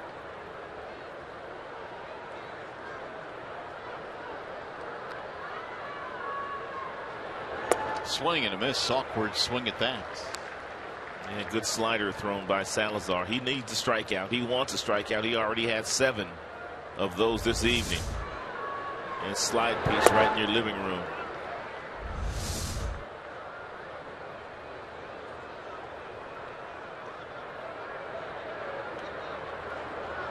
Here's a 2-2.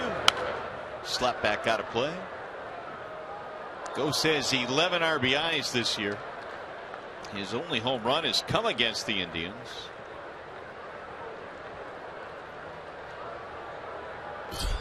Rajai Davis waiting on deck.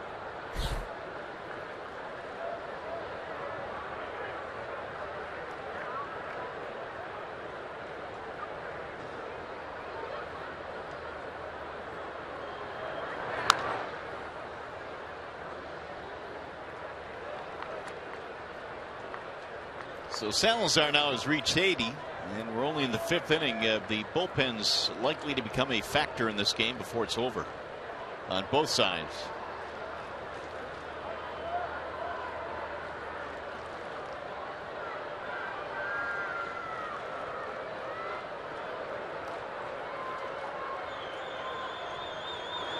Swing and a miss. Anthony leaving the strike zone, 1 gone.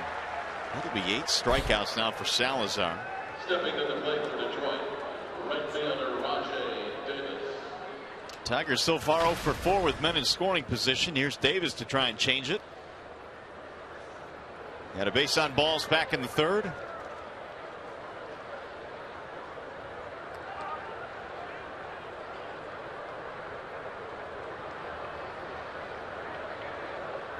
So Salazar now has struck out 6 of the last 8 Tigers batters. His strikeout high this year is 11. He's 3 shy of that. He has 4 games this year and that he has started where he has struck out 10 or more, and he started the season in the minor leagues. One of the 11 strikeout games he has came against the Tigers back in April in Detroit. It was a 13-1 win on that night for the Indians.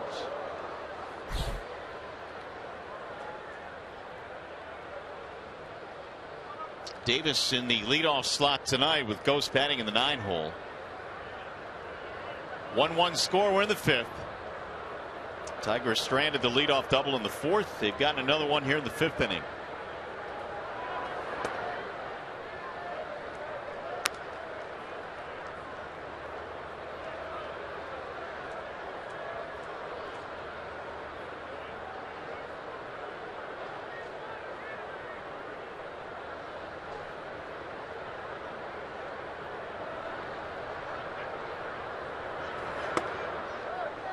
The inside part of the plate, 2-1.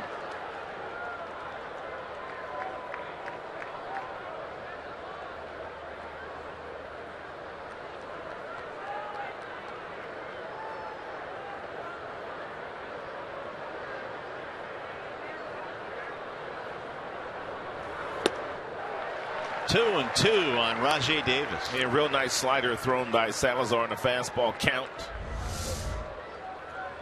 Executed beautifully. Actually, that was the split-fingered fastball there, not the slider. Had a little bit of slider action to it.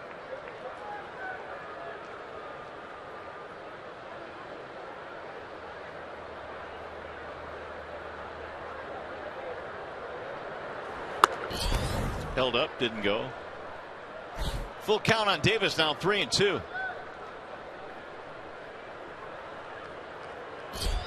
There's Kinsler waiting in the on-deck circle.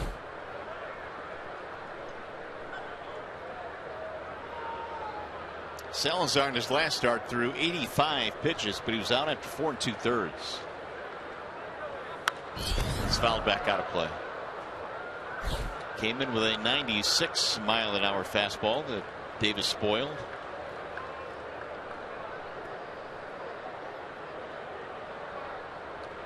Rajai getting the start in right field tonight. J.D. Martinez getting the night off. Even though he hits Indians pitching really well, he's had little success against Salazar. So J.D. out tonight.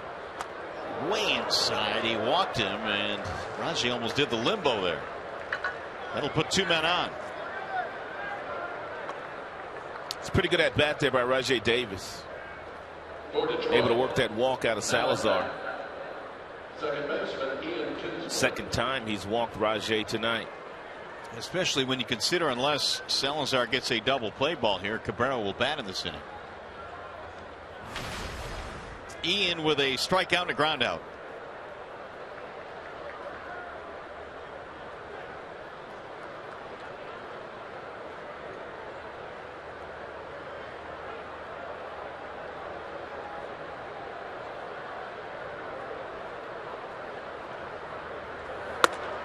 Ball 1 inside. Salazar continues to fall behind the Tigers hitters in this inning. And then that's when that 95-mile-per-hour fastball is a little bit easier to hit. When you know beyond a shadow of a doubt that it's coming. Which is exactly what Ian should be looking for here. 2-0. Salazar wanted that. He'd been getting those calls all night. Now all of a sudden the strike zone's tightened up a little bit. And for Eric Cooper, he's wondering where that was. That looked like a ball to me.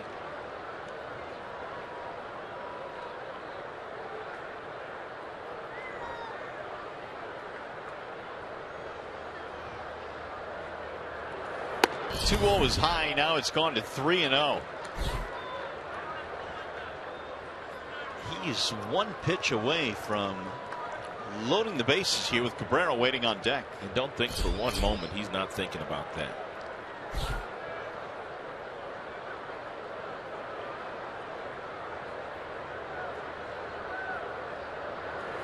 Kinsler takes ball 4. That's going to load the bases. Back-to-back walks. And now you got Cabrera coming up. And nowhere to put him. Well, Callaway is going to come out to give Salazar a bit of a breather here.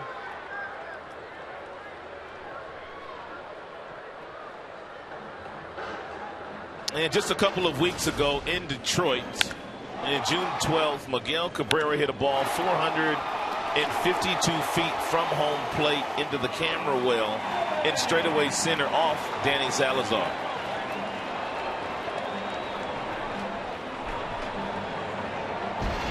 Well, they've got the bases loaded here with only 1 out, and Salazar has thrown 21 in this inning.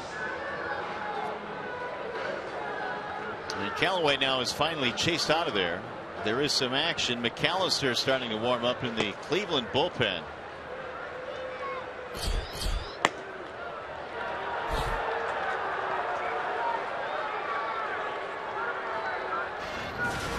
And this goes back a little bit further. And 3 strikeouts in his first 3 at-bats against Miguel Cabrera. And then that 4th at-bat, Miggy hit a home run to straightaway center field that Salazar thought was a pop-up. In the meantime, it looks like Mickey Callaway, their pitching coach, was having words with the home plate umpire Eric Cooper. I think he's been thrown out of the game. Cooper came out there to break up the confab, and maybe Callaway took umbrage to that. Terry's going to go too. Well, Francona giving Cooper an earful, and he may be talking about a strike zone as well while he's out there.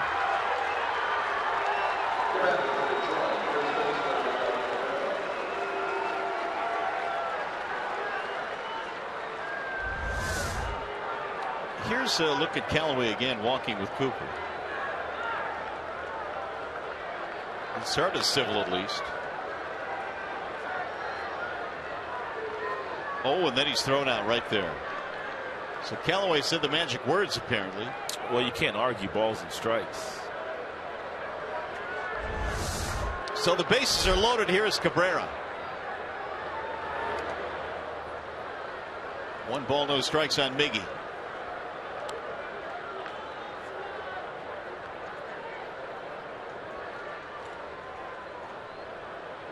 Salazar now digging a deeper and deeper hole. They are loaded up for the Tigers. You've got Romine, you've got Davis, you've got Kinsler on the bases. Miggy 1 for 2. Salazar struck him out in his last at bat. Little number hit back to the mound. Salazar, oh, he whiffed on the throw. He was going to come home to get the force, and he just flat out whiffed. What a break there for the Tigers. That is a huge break because that was looking like it was going to be a double play to end the inning.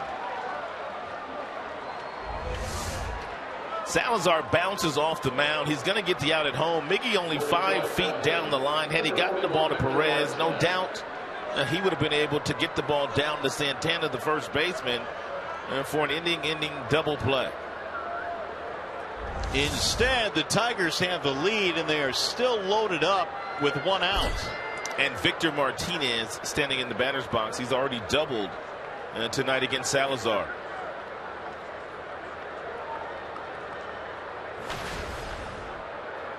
So Victor with a ground ball to go with his double. Chance to give the Tigers some breathing room here.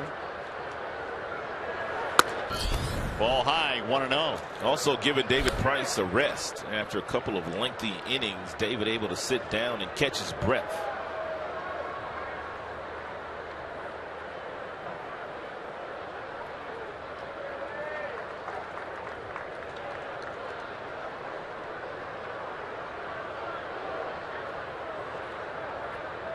Fielder's choice, E1 on that last play.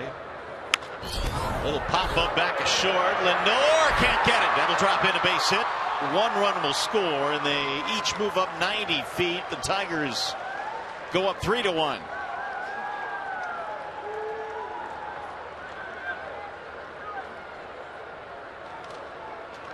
Ian Kinsler, who was on second base, had to hold up momentarily. Not sure whether Lindor, with all his athleticism, was going to be able to catch that ball, so he was only able to get to third on the bloop single. Now Victor hitting .350 in his career against Salazar.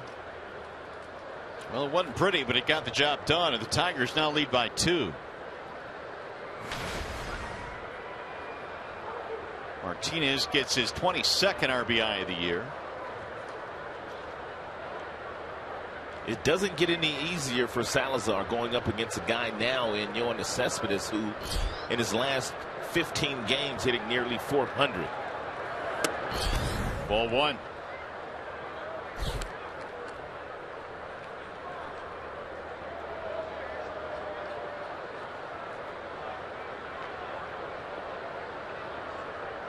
Kinsler, Cabrera, and Martinez.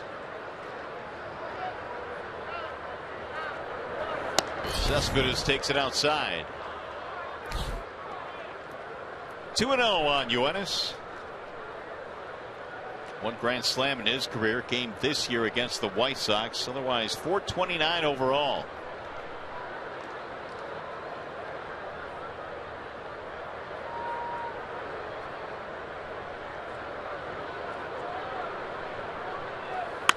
Drilled to center field, a base hit. Kinsler scores. Here comes Cabrera rounding third. They send him home, and the throw to the plate is not in time. Miggy scores as well. Cespedes gets it done again. A 2-run single. 5-1 Detroit.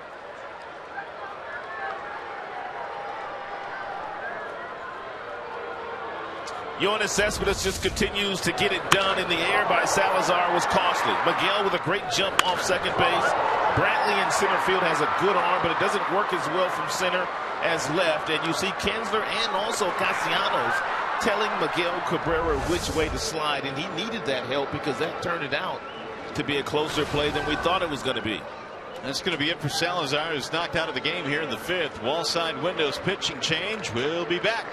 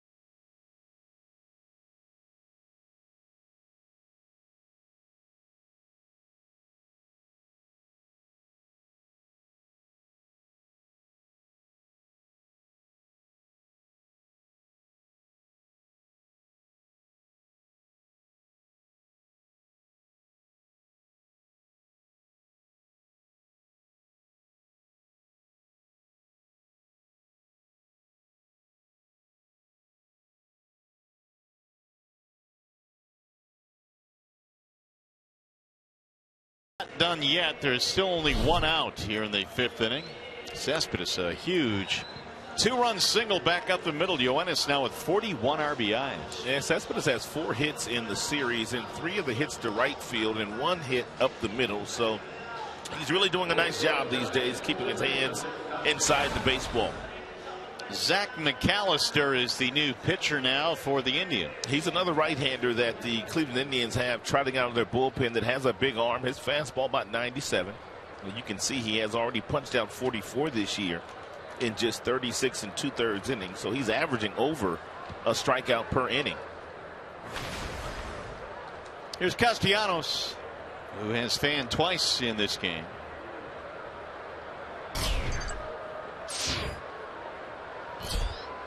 Glad to see Salazar out of there. McAllister brings it home and is flying to right field. That's going to get down and go to the wall. This might get 2 more runs in. Castellanos all the way to second. 2-run score, and Nick gets it done. 7-1. Tigers have the lead. And those runs are charged to the starter Salazar. That's a big knock there for Castellanos. That will go a long way in building a lot of confidence. The first pitch fastball, he just simply stays inside and he slices it down in the right field corner with no stride. Yoenis Cespedes on first base has really good athleticism and outstanding speed. Not a great base runner, but he goes first to third very well. Yoenis does. Castellanos' RBI is 27 and 28, his 9th double of the year. And suddenly this turned to a 6-run inning for the Tigers. Here's the 9th man to bat in the inning, McCann. They still have only 1 out. Salazar looked like he was going to start to pitch out of this thing when he struck out Ghost, but that walk to Davis turned out to be big. And then he ended up walking Kinsler. But the error by Salazar as well turned out to be huge. Yeah, he did himself in. 0-2.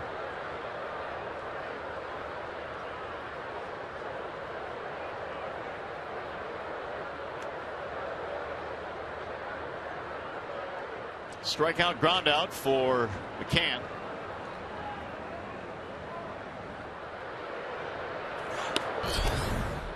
The ERA of Salazar will take a bit of a jump tonight. He's also allowed a homer in this game to Romine. But Cespedes, one of the big hits here in the 5th.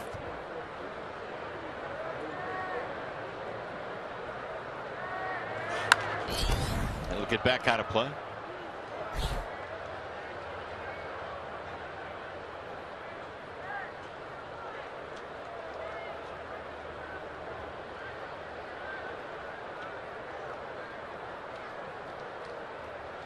Tigers all of a sudden 7 runs on 7 hits.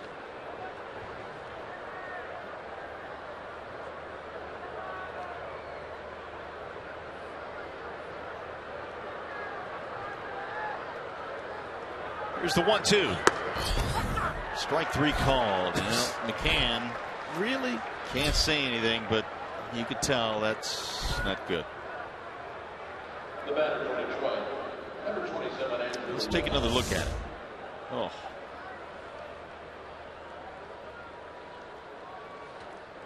I mean, now, come on. Now, what is McCann supposed to do with that? I don't know what the deal is tonight with Eric Cooper. I really don't. We've said his name way too much, though. Yep. That is the 9th strikeout for Cleveland pitching tonight. And 35 in this inning thrown by Cleveland pitch. And Romine led this inning off with a double the opposite way on a 2-0 pitch.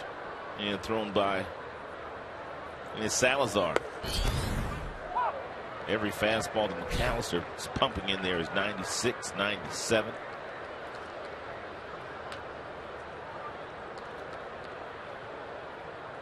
Tigers are averaging over 2 runs a game this year over the Tribe than they are any other team in baseball. 2 more runs of offense on a nightly basis versus Cleveland than they are against everybody else. That's hard to fathom, hard to believe. Well, they've used a 6-run 5th inning to knock this one open here. And more of the same for Terry Francona and the Indians. Tigers, if they hold on and win this game, they will go to 9-2 this year alone against the Tribe.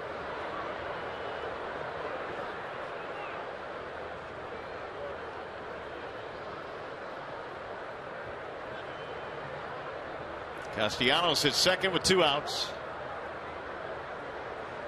It's going to make it 3 straight games now for the Tigers, where the offense has come alive. Shattered bat popped him up.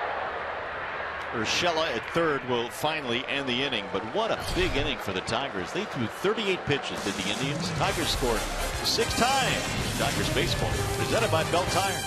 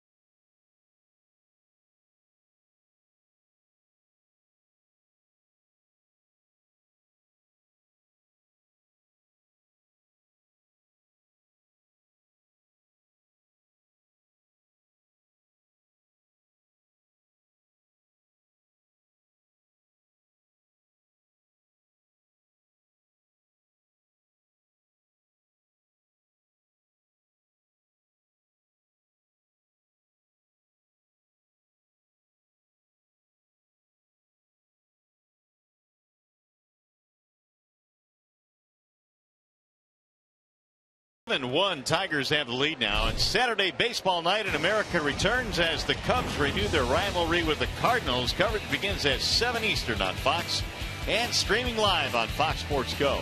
That'll be a good series. Yeah, that's turned into quite the rivalry with the reemergence of the Chicago Cubs with all their youth and their veteran manager Joe Madden. Of course, the Cardinals, they're just a good team every year. So Price goes back to the hill, this time leading by 6. 7-1 is our score. Perez, the number 9 hitter, stands in, looks at ball 1. Let's see if Price attacks the Cleveland Indians a little bit differently here now that he's been given a 6-run lead. Perez had a double, scored a run back in the third. It remains the only run that the Indians have tonight. He'll be followed by Kipnis and then Lindor.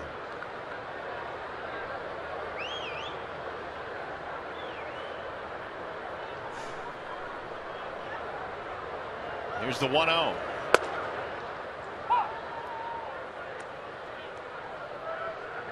Meanwhile, it appears that Kyle Ryan, who is seated in the, what do they call that seat? The perfect sit? Perfect sit. Has not moved. He is not allowed to move. I mean, why wouldn't they give you a little bit more room so you can you spread your feet out a little bit? No. Got to make it hard. Here's the strike. I mean, it's not like Ryan's like 5'6" or something where it doesn't matter. He's 6'5". Oh. He can't move. In fact, Ryan taped the area himself. So he's got the Gatorade towels on both knees, just as Price did in last night's game. Here's the 1-2. Fouled off. Guys aren't superstitious, are they? No, baseball players aren't at all. Not in the least. It worked for Price the last 2 days, so with David on the mound tonight, Ryan taking over the perfect sit. Kipnis waiting on deck.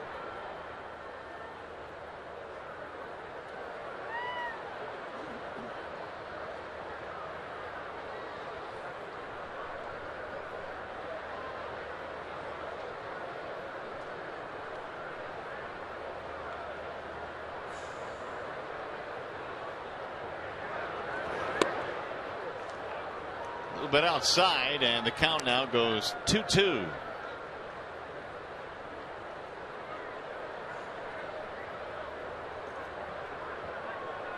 Indians got their run in the third on a double by Perez, infield single by Kipnis, and then Lindor hit a sacrifice fly. It looked like they were going to go ahead in the fourth, but couldn't do anything with the leadoff double, and then the Tigers scored 6 in the fifth, and a swing and a miss to strike him out.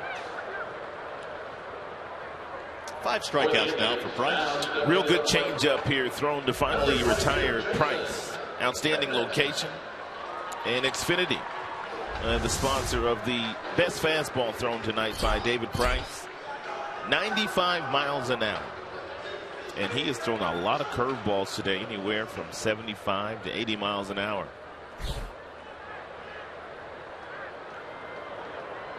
Here is Kipnis, who has 2 hits tonight, 2 more hits. Bender drops in 0-1. The 27-game home hitting streak that Kipnis has now is the longest in Progressive Field history. He sits safely in 18 overall, which ties in for the league lead this year. 0-2. That dude's fired up. Who's he going at? Talking to Miggy. Oh, is he? I got you, big fella. Look how he's looking at Miggy. He's posing. That's beautiful. 0-2 on Kipnis. Swing and a miss. Price strikes him out. 2 gone. I see you, David. Here's the ball hit to the kid. Oh, nicely done with the hat.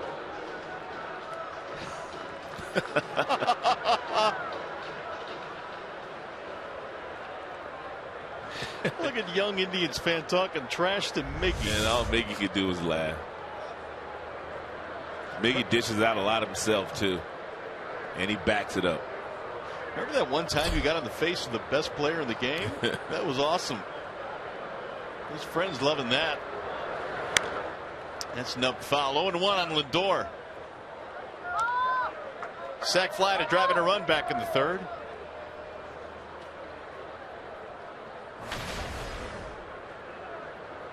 Lindor 226 at the major league level. Last year he hit 11 home runs in the minor leagues, so he does have a little bit of pop in that bat. He's not a big guy stature wise. Anytime you hear management talk about Lindor, they talk about the fact that he has a chance to be a game changer for the Cleveland Indians in the future. He's scooped there by Romine. Inning is over. No runs, no hits, nobody left. A 1-2-3 frame. Tigers in command, no matter what that kid says tonight.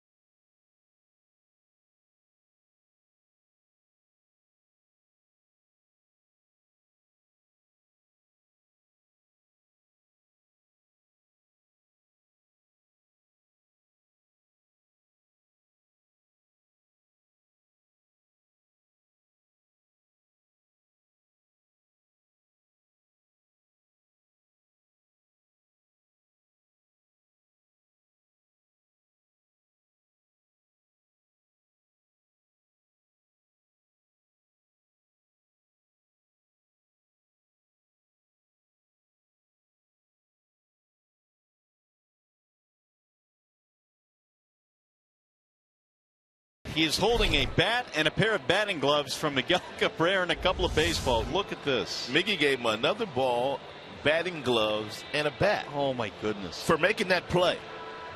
And look at the kid's face. He has a fan for life. He was stunned. And that's how you get kids more involved in baseball.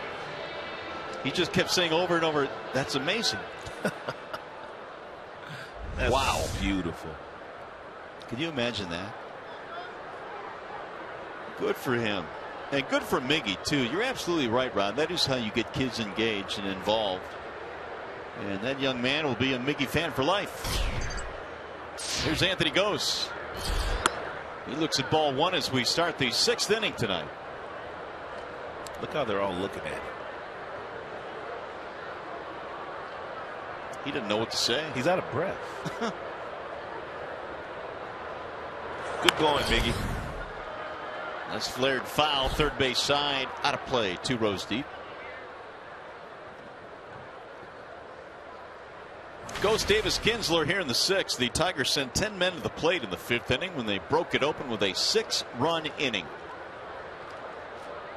McAllister had to come on in place of the starter Salazar.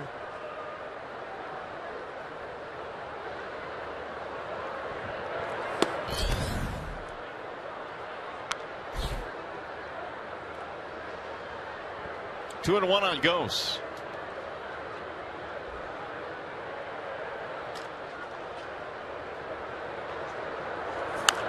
Anthony fouls it back out of play.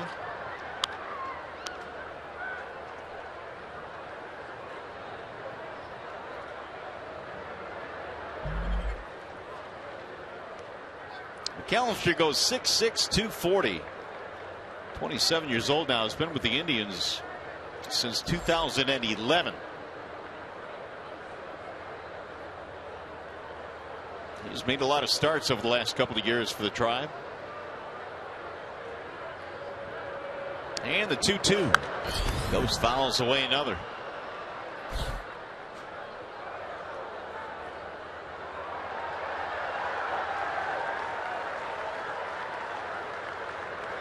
Tigers have made great use of their 7 hits, 7 runs on 7 hits.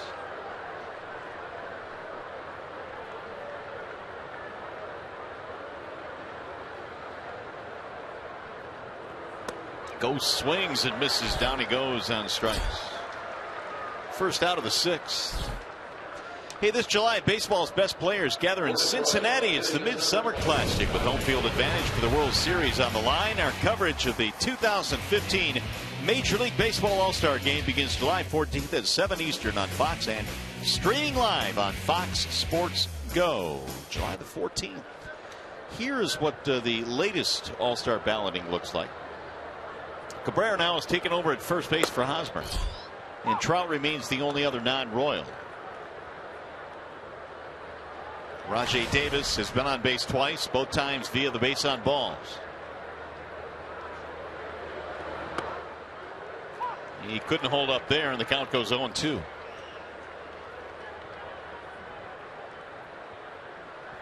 Tigers are now 22-9 as we speak in starts, and Rajai makes for the squad this year.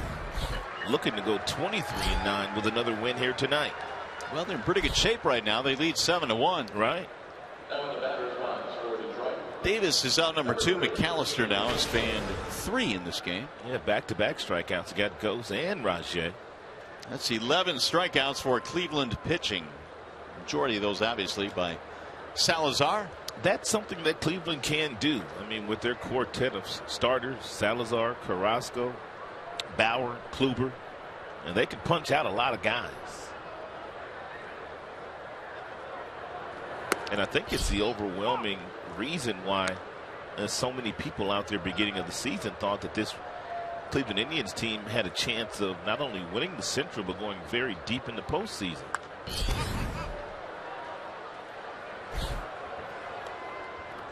Well, they say pitching is the name of the game, and we have 4 guys that certainly are at the top of the list stuff-wise. It certainly gives you an advantage. They just have not been able to get it done, though. They've taken a step back defensively. We've well documented really how poor they've been offensively as a team and driving in runs other than Brantley and Kipnis. That's in the air toward right, playable. Brandon Moss is under it. And that's going to be a 1-2-3 inning.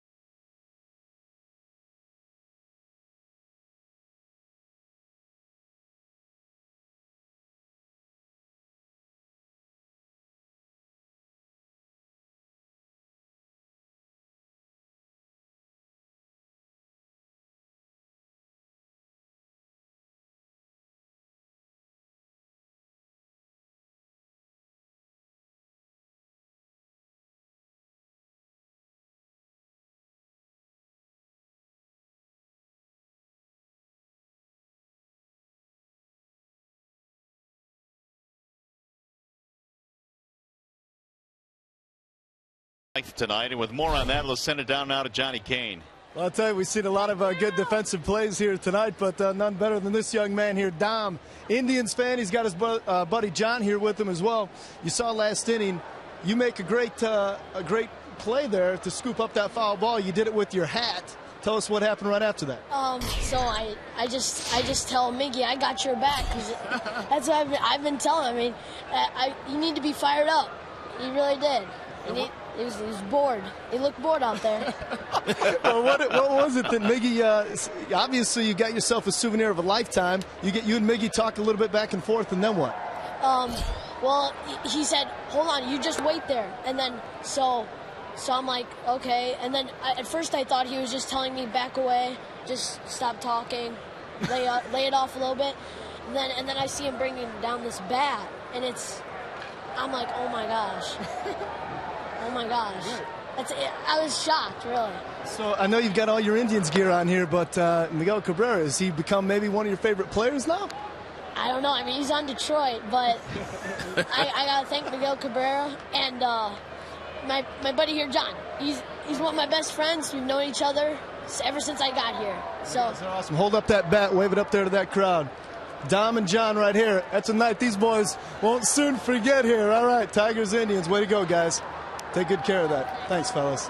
All right, guys, what a night. That's why we love this great game and the great players in it. Back to you. What a great story. Thanks, Johnny. That ball's flared out to left and run down by Cespedes. He wouldn't fully commit, though, with Miguel Cabrera being his favorite player. He wouldn't do that. He would not do that. He was on camera. Off camera, he may have committed. But how about him? He was fired. I'm telling Mickey to get fired up. You look bored out there. Here's when he got the ball again. Let's go. You're bored out there. Show some life. And Miggy loved it. He loved it.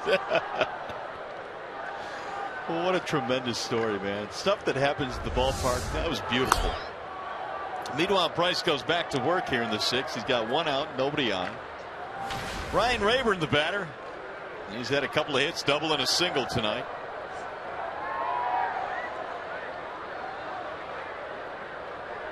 Price brings it back home and misses high and away. 2 balls, no strikes.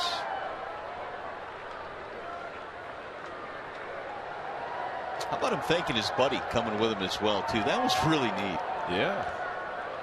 Here's my best buddy. He's still an Indians fan, though.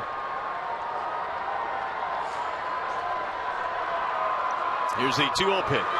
And it's in there for a strike, 2-1.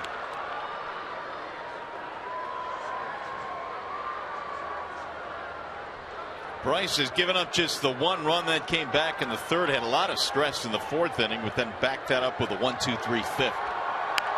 Bouncing ball to short. Routine for Romine. 2 gone. Game break time. Mickey York. Now at bat for the Indians, number 41, Carlos Santana.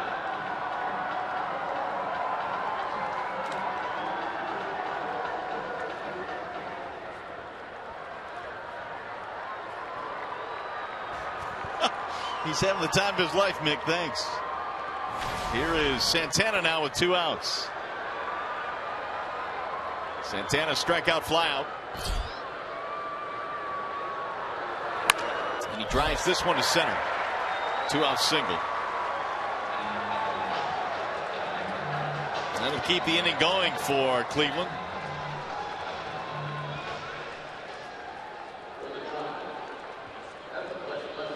Oh, check that out. Thank you, Miggy.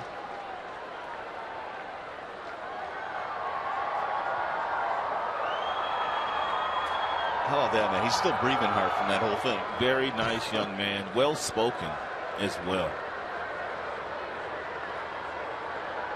Here's Aviles with 2 outs.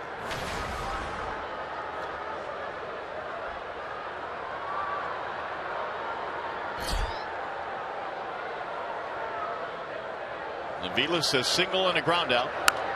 And he'll drive that one foul back out of play.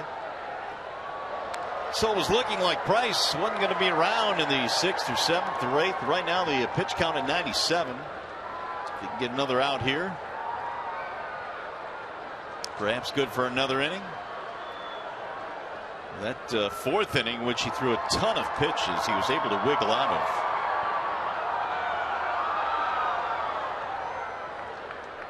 The 0-1 lifted toward right field. He's got Roche on the move, and Davis runs it down. Inning over, no runs, 1 hit, 1 left, 6 in the books here at Progressive Field. All Tigers tonight.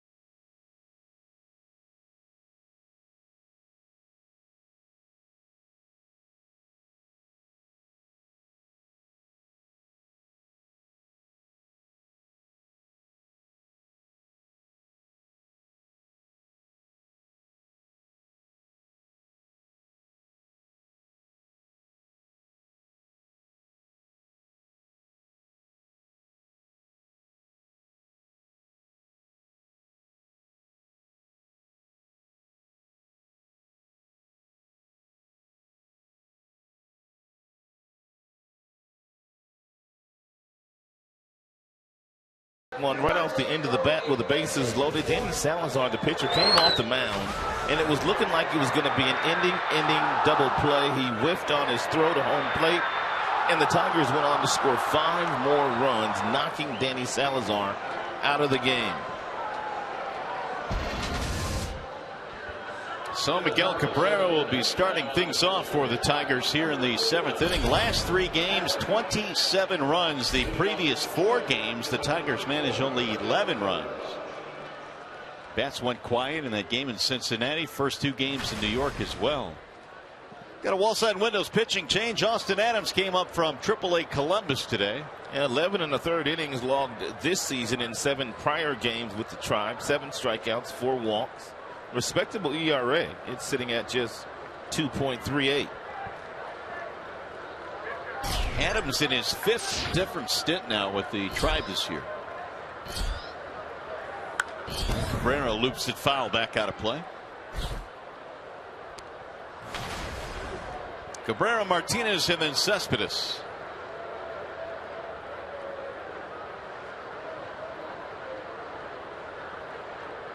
Tigers 7 runs, 7 hits, and the Indians are on 7 hits.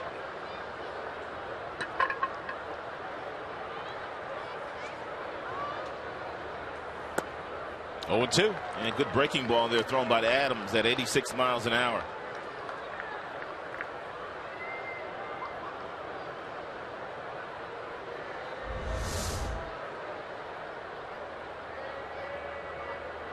Adams this year in the big leagues, ERA of 2.38. Miggy wouldn't chase that one.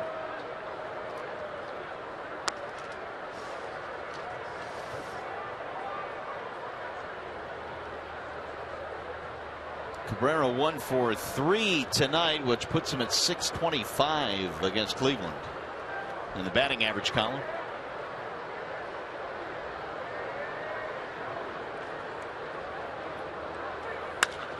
There's another base hit. Stop it, Miggy. It's just like playing tennis with him. He just serves it out to right field, and his new best buddy. And Miggy just playing pepper and just putting it in play. No stride. Huge hole on the right side of the infield. And he hits it right between Kipnis and Santana.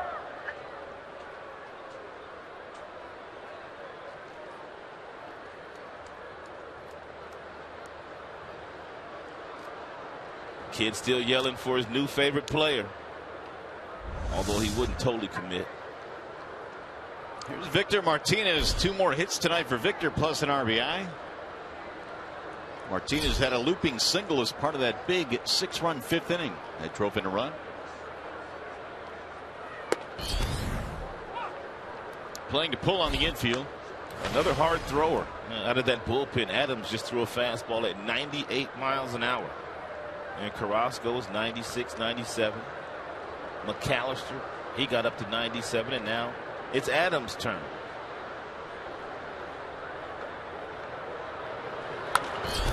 Popped up left side of the infield. It's the first out of the 7th inning. Urshela hauls that one in. Adams today was called up from Columbus, and they designated Scott Atchison the veteran for assignments. The last couple of times that Atchison has gone out there since spending some time on the disabled list, he was not very good. Here's Cespedes, had a huge hit in that big 5th inning, 2-run single. Albuquerque starting to warm up now in the Detroit bullpen.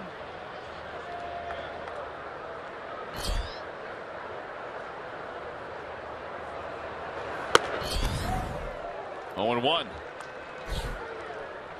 So Cespedes now has 41 RBIs, and he sits safely in 15 of 16.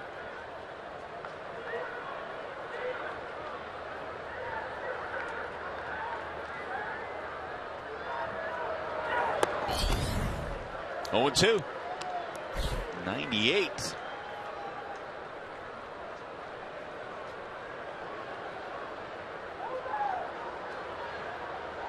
Four for 6 in the series, 5 RBIs, and out for the season. 333 against Cleveland pitching.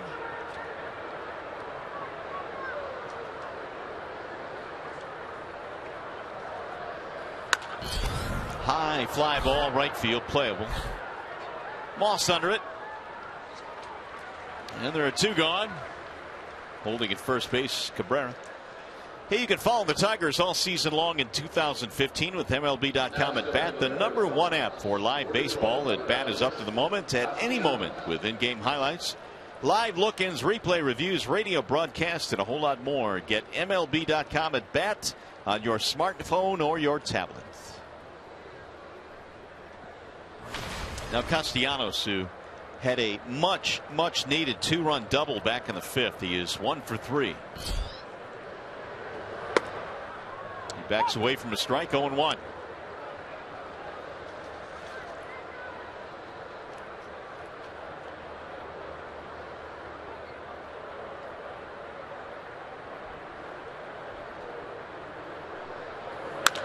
Ground ball to short, Lindor down to a knee. They'll get the force at second, and that will end the inning. No runs, a hit, and 1 man left. Coming up, the McLaren Health Plan 7th inning stretch.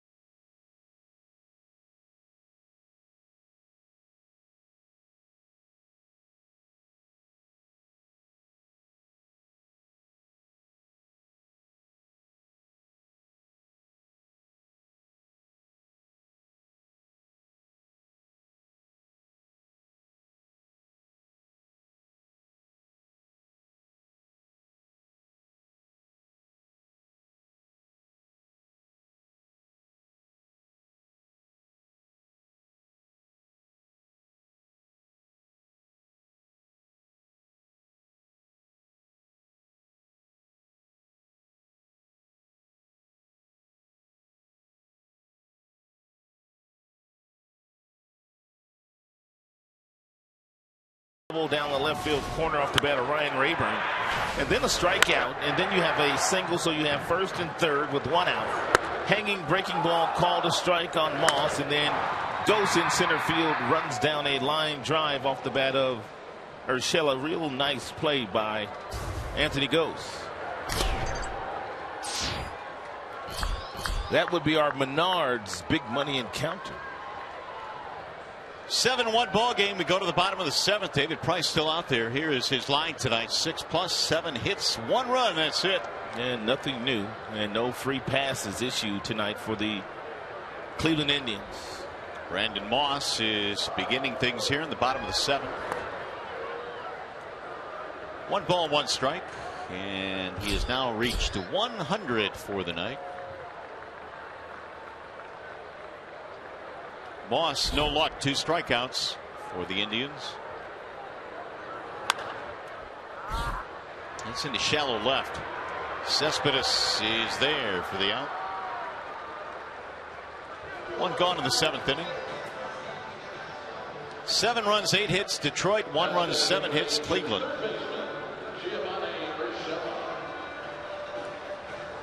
Tigers trying to zero in on what would be their 3rd consecutive win after dropping the first 2 games in New York.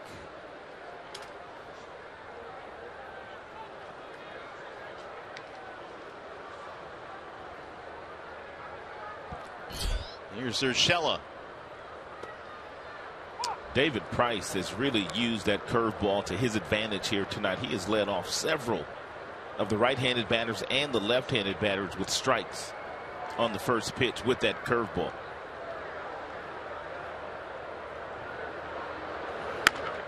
pulled on the ground at third, foul ball. Castellanos got to it quickly, but no need to throw it.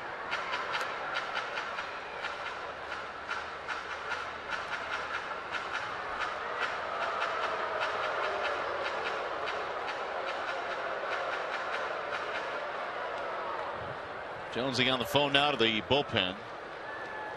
They had Albuquerque warming up a little bit earlier.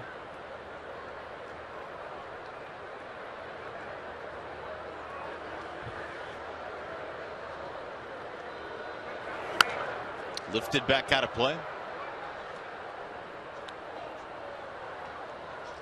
Price's season high 121 pitches. And that was a few starts ago. Tom Gorzelani, the lefty, starting to warm up as well now.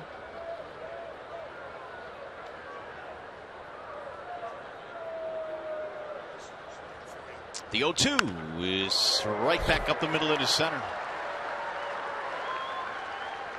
Urshela has his first hit tonight. 1 on 1 out here in the 7th.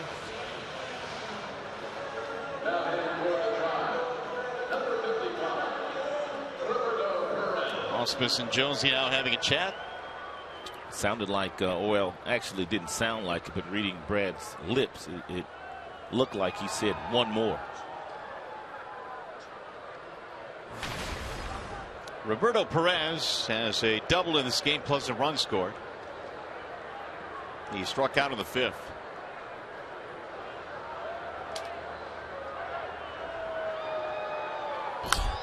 Fouled away 0-1.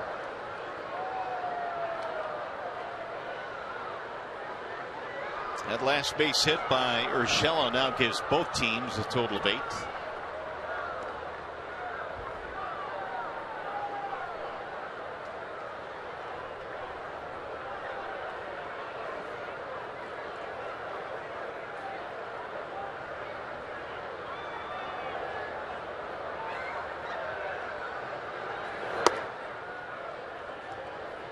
One.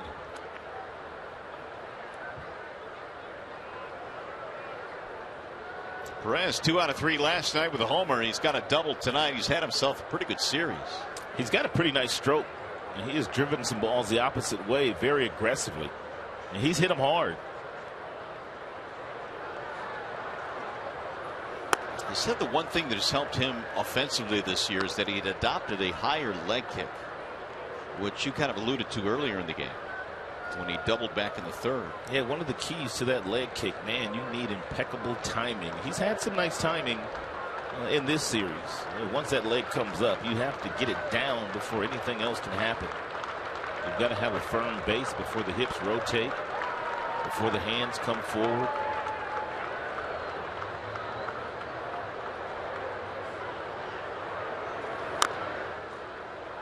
That'll go foul, and the count goes 2-2 on Perez. A couple of guys that have really mastered that high leg kick. Both guys play for the Toronto Blue Jays.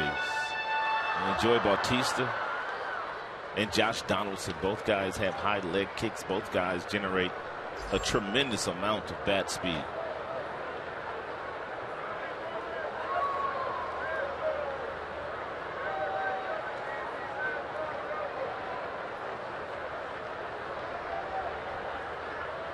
Perez getting the start in place of Yan Gomes in the first 2 games in the series.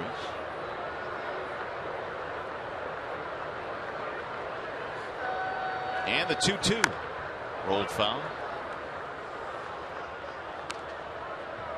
That's 110 now for Price. Tigers have done really good work within the division, and of course the Indians have been whooped up on by the Tigers for the most part this year. They're about to go 9-2 against the Tribe this season if they can hold on tonight. Tigers haven't really been all that nice to the Minnesota Twins either in the division.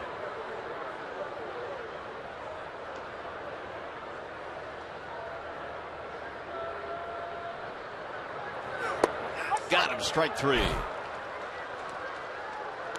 Perez out on strikes. 2 gone.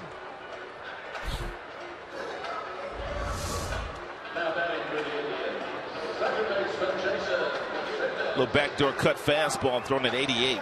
David started that pitch about 6 inches off the plate, and that's exactly what it was seen by Perez, and then he caught the outside corner with it. Tigers are 23-12 against the Central. The rest of the Major League Baseball 13-22.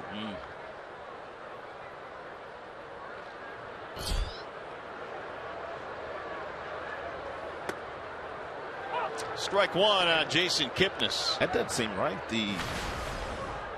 Obviously the Central Division is a very difficult division, but the Tigers are having no issues with teams within the division. Well, the White Sox really haven't played well. Cleveland hasn't played well. Here's a ball outside. I think a lot of folks coming into this season thought the Central might be the best division in baseball, but they've had teams struggle. Right. And I guess the Tigers at only 2 over at this point. Somewhat of that struggle as well. Not too many people thought the Tigers would be 5.5 out right now. A lot of people have kind of turned their attention to the National League Central with the Pittsburgh Pirates. It's pulled down the right field line to the corner. Might get a run in. Urshela's on his way to third. Nope, they're going to stop him there as Kinsler gets it back in the relay. Jason Kipnis just continues to rake. That is his 23rd double of the season.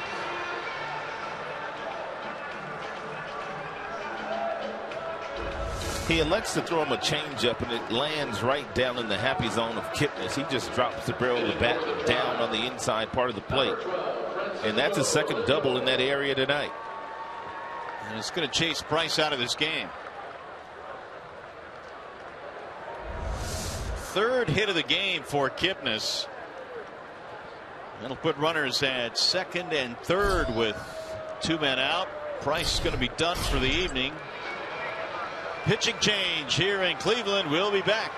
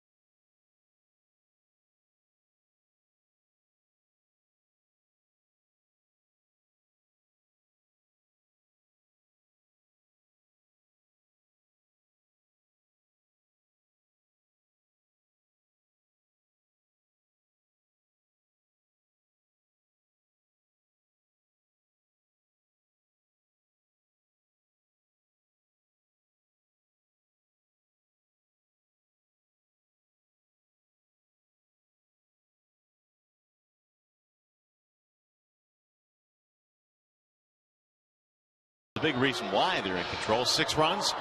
They had 4 hits in that inning. David Price, well, he's done the rest. 6 2/3, 9 hits, 1 run, 7 strikeouts, and Price threw 114 pitches. In tonight's ball game, he will get his handshakes in the dugout. Tigers now have Al Albuquerque coming in to take over out of the bullpen. This will be his 29th appearance of the year.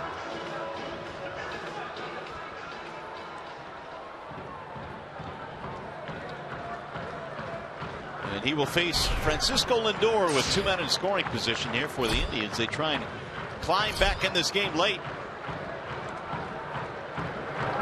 Lindor takes ball 1 high. Albuquerque with 29 innings thrown so far this year. He has 30 strikeouts. And so he's averaging a strikeout per inning, just as he has done pretty much throughout his major league career.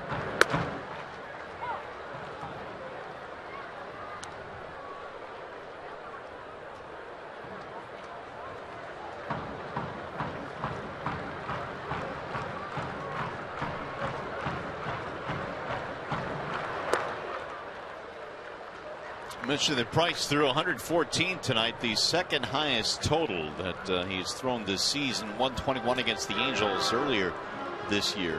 114 pitches is really not that many for a guy like David Price. If he hadn't had to pitch with the kind of stress that he pitched in the third and fourth innings, those 2 innings took a lot out of David.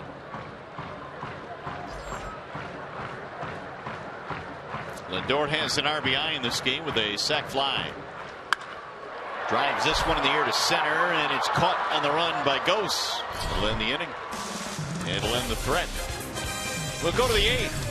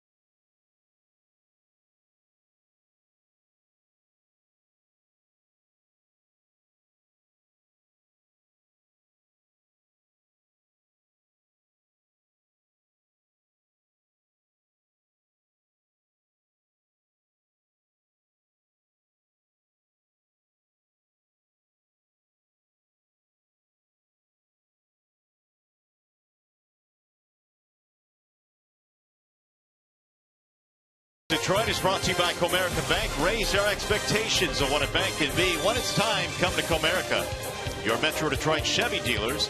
Visit ChevyDetroit.com. See why Chevy drives the Motor City. Wall-side windows, we can do that. We are the factory. And by 5-Hour Energy Shots. Have you tried great tasting 5-Hour Energy lately? Back here in Cleveland on what has been a spectacular night for baseball. Tigers in the lead here, 7-1. As we go to the 8th inning, 7 runs on 8 hits for the Tigers. They lost a bet. Apparently so. A couple of hot dogs with some mustard. They lost a bet. Well, at least we hope they lost a bet, and that wasn't done because they wanted to. Just to get on TV? Could be. McCann, Romine, Gose, bottom 3 in the Tigers' 8th. The 6-run 5th is the big difference in this game. There's a strike call. Adams has a pretty nice curveball. It kind of reminds me of the curveball that their closer throws, Cody Allen. And straight over the top. Nice downward breaking action. Another bender that misses low. After missing with a couple of back-to-back breaking balls, if you're McCann, you pretty much know beyond a shadow of a doubt you're going to get that a fastball from Adams, and it's going to be 96 to 98 miles an hour, so dial up for it. Rib foul. Adams hails from Alabama. He's from Millbrook, Alabama. In fact, when the Brewers selected him in the 2008 draft, they drafted him as a shortstop. He didn't sign, though. He went to college. Faulkner University in Montgomery, Alabama, where he played shortstop, and he pitched as well in college. Nick Hagedorn warming up in their bullpen. 2-2 meanwhile on McCann.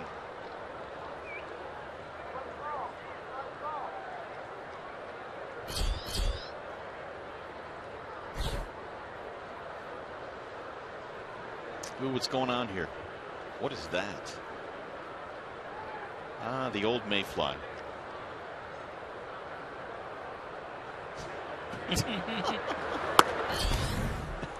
And missed high. 3-2.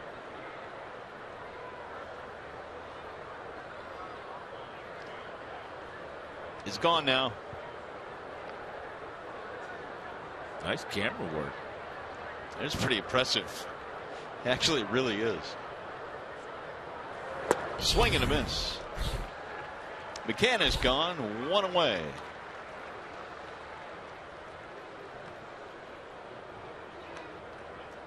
Here's the 1-800-CALL-SAM call of the game. Andrew Romine playing in his 4th consecutive game on the current road trip, totaling 5 games. .294 batting average for Andrew, 5 for 17 with a couple of home runs.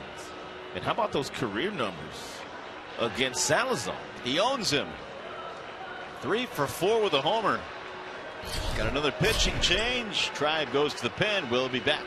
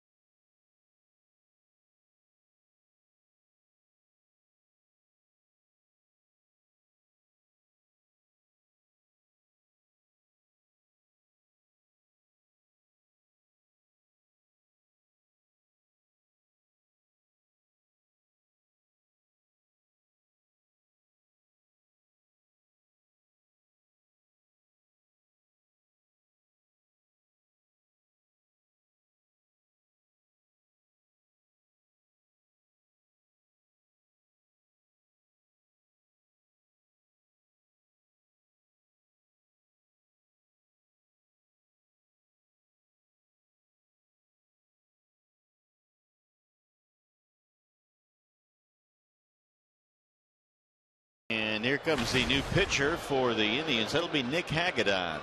Hagedorn pitching in his 32nd game. He's only pitched 23 and 2/3 innings. He's more of a situational left-hander coming out of that bullpen. His earned run average is over 4.5. But Hagedorn does have 24 strikeouts. Hagedorn will face Romine with nobody on. Andrew looks at ball 1. Andrew has not had many plate appearances batting right-handed this season, and therefore the numbers are down. He's got his overall average up to 295 now. 2 balls, no strikes. Hagedorn, a veteran of the Cleveland bullpen. He's been with the Indians since 2011. And pitching exclusively out of their bullpen.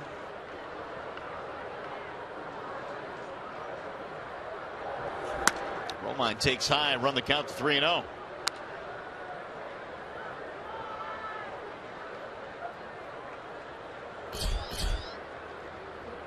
Waiting on deck, Anthony Gose.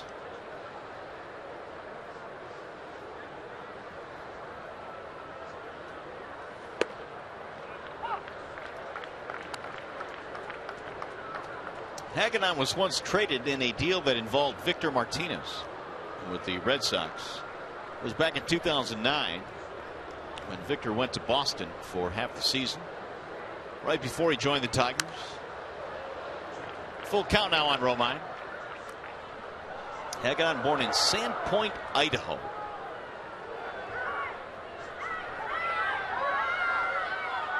.6'5", 230.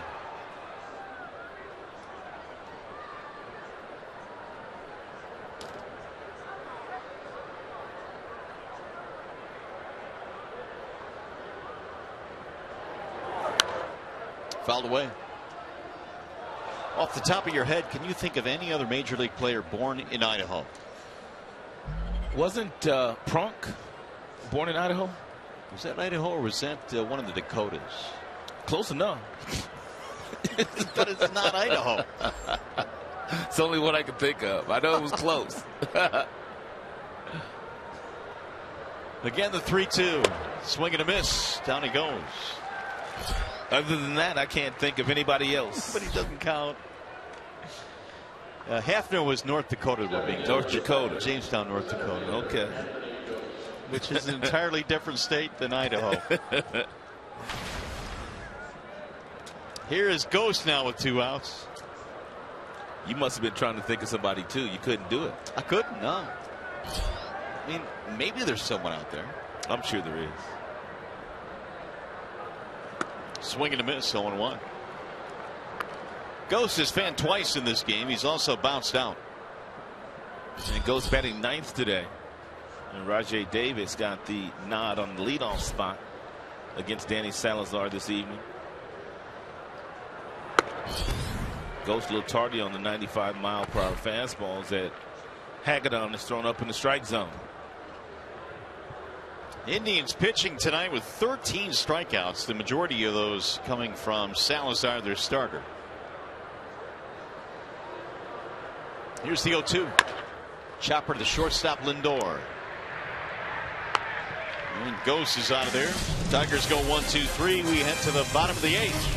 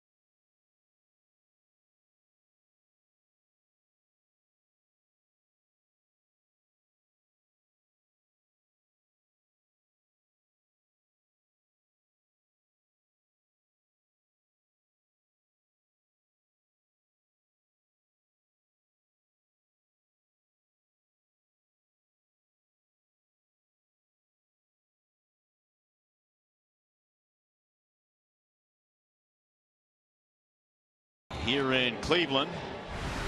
And here is the upcoming matchup presented by Gordon Chevrolet. And for tomorrow's finale, Carlos Carrasco will go for the Indians and Justin Verlander for Detroit. And Carlos Carrasco, another hard thrower and fastball in the mid to upper 90s. 90 punch outs already this year for Carrasco. He's only walked 18. And Justin Verlander will be making his 3rd start.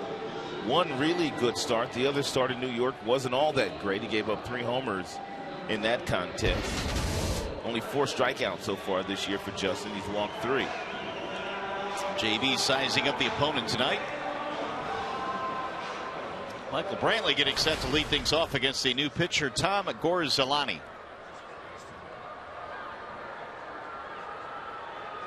It'll be Brantley and then Rayburn and then Santana facing Gorzalani. We're doing our research here and coming up with Idaho players. Right. We did come up with quite a few. Not current, but quite a couple current. Well, Matt Lidstrom is one of the current guys. Right. But you've got a whole list there, and some of those are big names. Killer. Harmon Killebrew. How did we miss Killer? And Payette, Idaho. Vernon Vance Law. Both born in Idaho. Ron Romanek. Remember him? Brantley looks at a ball outside, 1-1. Gorsolani takes over for Albuquerque. David Price pitched into the 7th tonight through 114 pitches, and Tigers backed him up with 7 runs. Bouncing ball to short. Romine easy hop. Well, for one of the few times they've kept Brantley in check. He is 0 for 4 tonight. For the Indians, now stepping in the designated hitter. 1 for 8 in the series for Brantley. He's usually 5 for 8. Here's Rayburn. The Tigers are catching Michael Brantley at the right time. In the last couple of weeks, he really hasn't been swinging the bat the way that he's capable of. But it's hard to maintain that throughout the entire year.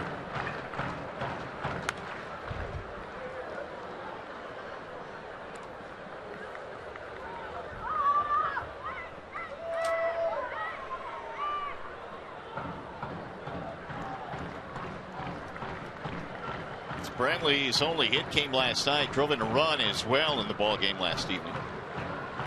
But tonight at 0 for 4. Rayburn a single and a double in this game. Missing outside.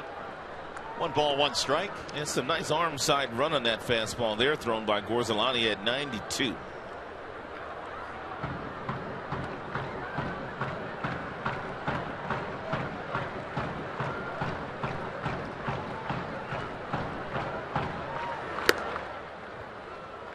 One and 2.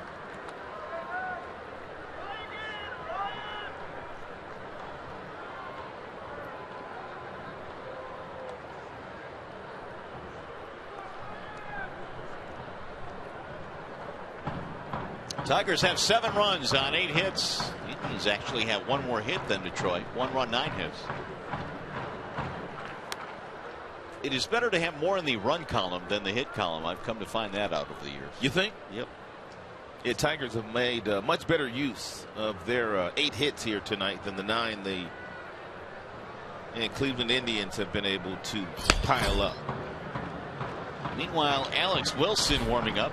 Wilson throws every day. He sure does. He's taken over the name for Everyday Al. Everyday Alex. A wave and a miss, and down goes Rayburn. 2 gone. Now stepping in for the try, number 41, Carlos. Now Carlos Santana.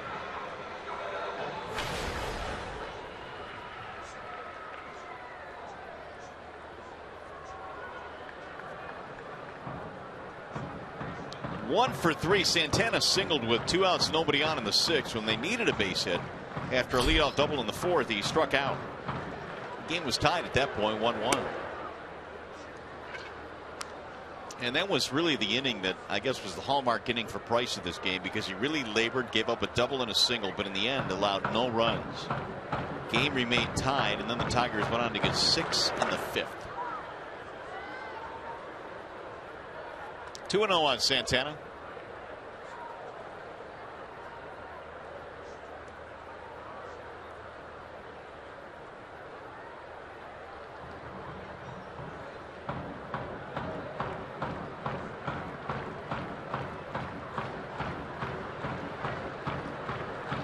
And the 2-0. In the air, straight up down the middle of the infield. It looks like Romine. He's under it, and it's going to be a 1-2-3 for Gorsolani on our way to the night.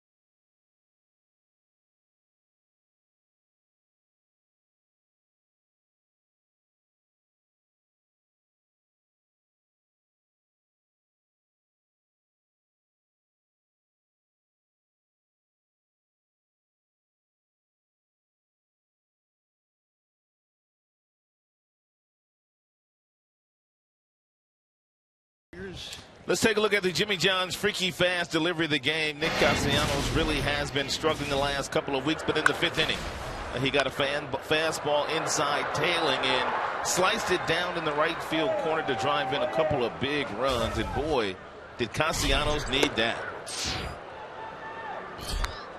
So the Tigers here in the 9th inning will send Rajai Davis up there, leadoff man, followed by Kinsler. And then Cabrera, 7-1 Detroit. Rajai's been on base twice tonight, both times walks. He has also scored a run. Part of the big 6-run 5th inning.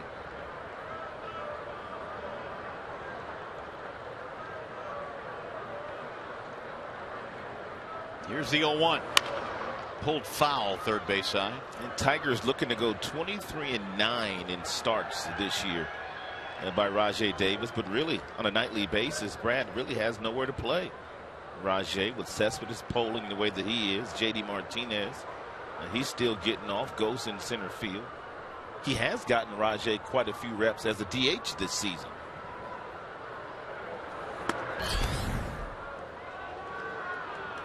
One ball, 2 strikes on Davis. By the way, that 1-2-3 for Gorzelani was his first since May the 22nd. He really needed a clean inning, and he got one. Is that a long time? Well, considering it's more than a month, probably. He did not go, says Lance Barksdale. Well, it's good to see him have that clean inning, because the numbers he had last year pitching out of the bullpen for the Milwaukee Brewers. That's the Gorzelani that Detroit signed, and that Gorzelani can still show up. Now the 2-2. And that's through a base hit for Rajai.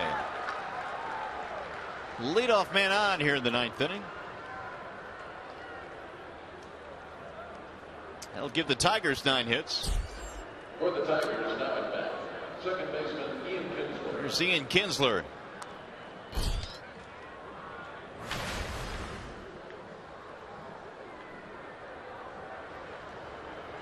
Kinsler on base once. He walked, scored a run in the 5th. And Tigers looking to go double digits in the hit department in the last 3 games. They had 15 on Sunday in New York, 13 last night. Looking for number 10 here this evening.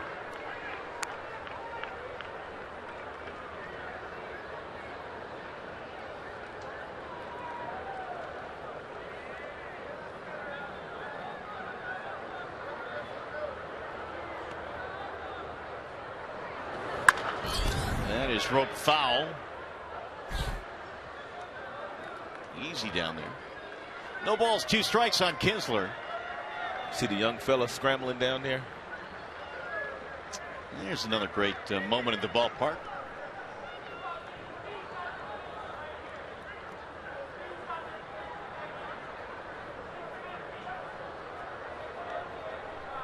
The 0-2. Bouncing ball to third. Nice short hop by Urshela. And that's going to be a double play. 5-4-3. 2 outs in the Tiger 9th.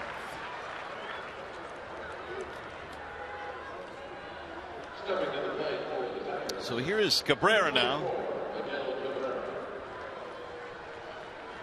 634 this year against the Tribe. That 634 average is the highest average against the Cleveland Indians pitching staff in the last 45 years in a season. It's just incredible. Ball 1.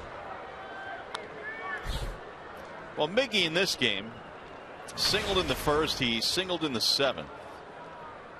He was involved in what probably was the biggest play. Looked like he hit a double play ball back to the mound to keep it a tie game, and Salazar whiffed on the throw, and that opened up a big inning. One ball, 1 strike on Cabrera. Already with 15 home runs and 52 driven in, you can double those numbers. He'll have 30 at least, and over 100 when the leaves turn brown.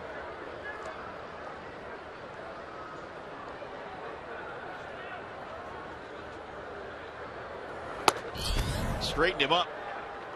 2-1 on Cabrera. Final game tomorrow, 12 noon start. We'll be on the air at 11 o'clock. Quick turnaround. Got to sleep fast tonight. We will be here tomorrow and hopefully be going for a sweep at that point.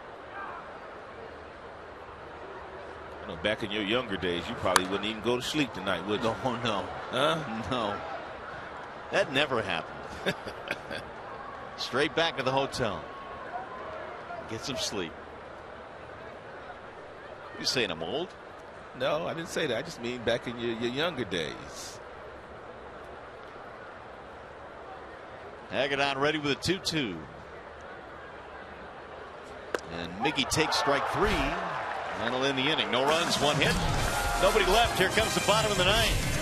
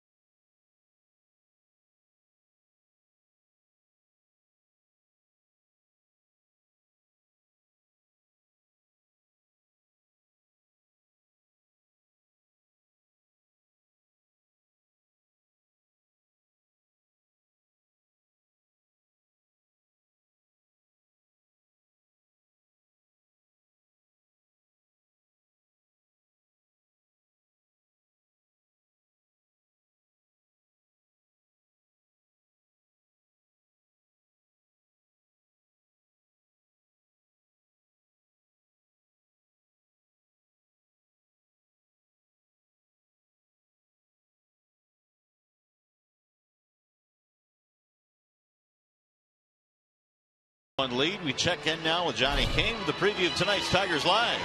Well, thank you, Mario. I know we're going to show this here in a second, but if you missed a great moment in this game between a Cleveland Indians fan and Miguel Cabrera, I know we're going to relive that a little bit on Tigers Live tonight. We'll also talk to David Price about a couple of things. Obviously, his start tonight, and his Vanderbilt Commodores have an opportunity to win back-to-back College World Series titles. And Andrew Romine, plug him in at shortstop tonight. Another home run, his second in 3 days.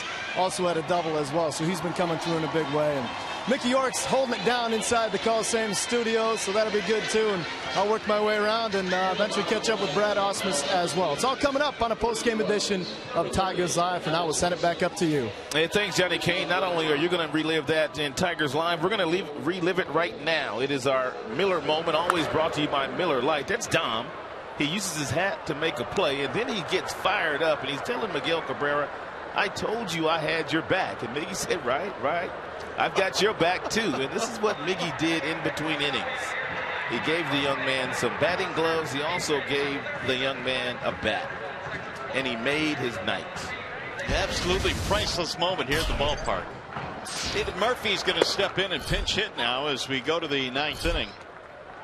He is batting for Aviles, and the new Tigers pitcher is Alex Wilson. Yeah, Alex just continues to get it done with a 1.75 ERA. He's pitched 36 innings in 23 games. So when he goes out there, he can give you multiple innings if you need him. Murphy, who's been a fabulous pinch hitter this year, does it again. Got himself a leadoff single. He homered last night in the pinch hitting role, didn't he? He did. That was his third pinch hit homer of the year last night. Oh. And he's now got his 8th pinch hit total this season. Well, he hits very well in this particular ballpark. Leadoff man on. Here's Brandon Moss. Not a whole lot going on for Moss with a couple of strikeouts and a flyout. Fouled away on 1.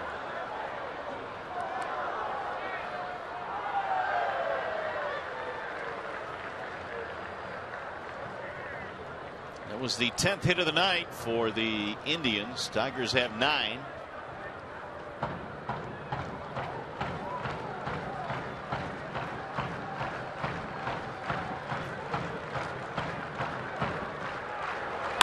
Moss drives one to right. That's a base hit. So the first 2 will reach here for the Indians in the 9th inning.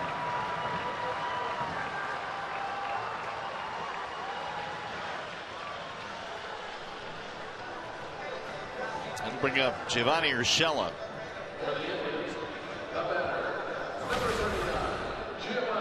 It's 11 hits now for the Tribe. Urshela single fly out ground out.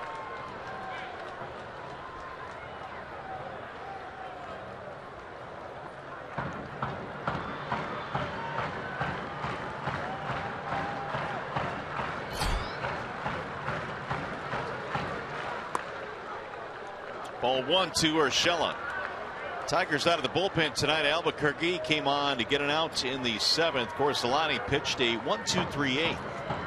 If you're Wilson here in the 9th. If you're Wilson, you're looking for the ground ball, obviously, to get the double play here, and you can get it with a really good 2-seamer at the bottom of the strike zone. 1-1. That was a good 2-seam fastball at 93, which tied up the youngster Urshela.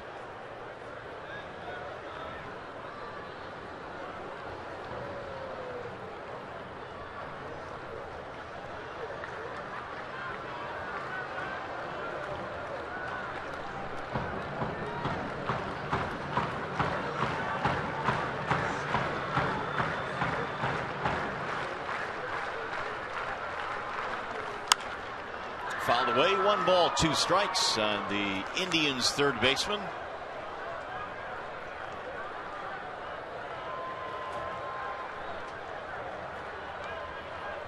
Well, the Tigers not taking any chances here with the first 2 men reaching, even though it's a 6-run game. Soria warming up.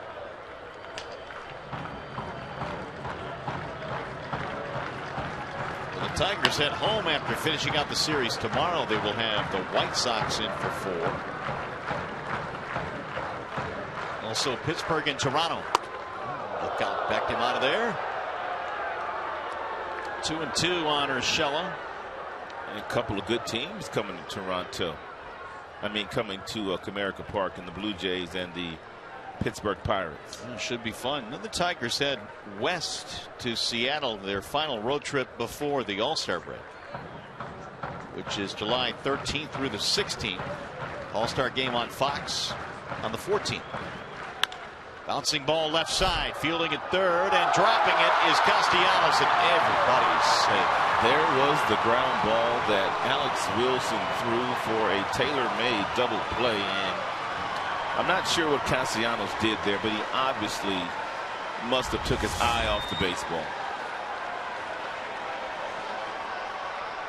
Nope, just didn't catch it. Yeah. Just didn't catch it. That will load the bases. Tigers have their first error of the night. And now Wilson, who got himself the ground ball he needed, is in a jam here. Here's Perez.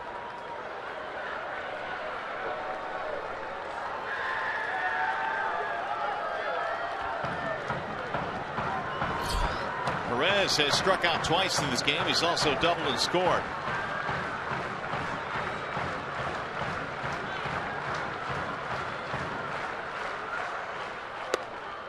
Checked it, strike 1. Wilson has a lot of arm side sink on that 2-seam fastball. He continues to run in on the right-handed batters. Take a look at the action on this pitch. And you'll see a lot of guys that are right-handed. They'll start their swing because they see the fastball right down the middle, but they're not recognizing that it's a 2-seamer, and it's got a lot of late life on it.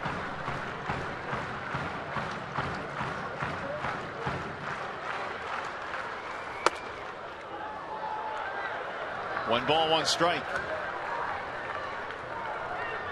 After Perez, you get to the top of the lineup. You're talking about Kipnis, Lindor, you've got Brantley.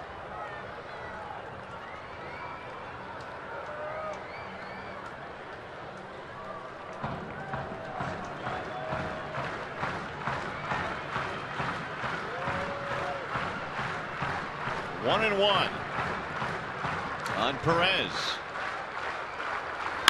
Ground ball again to third. Castellanos has this one to second one, and a double play. Outstanding job there by Alex Wilson, just throwing another ground ball, giving Castellanos another opportunity. This time Castellanos was flawless with fielding the ball and also getting it to Kinsler with plenty of time to turn it over. A run will score, no RBI in the play. 5-4-3 leaves the runner at third. A 7-2 ball game now with 2 outs. And it's up to Jason Kipnis with 3 more hits tonight. He's got 5 hits already in the first 2 games of the series. Ball 1 to Kipnis.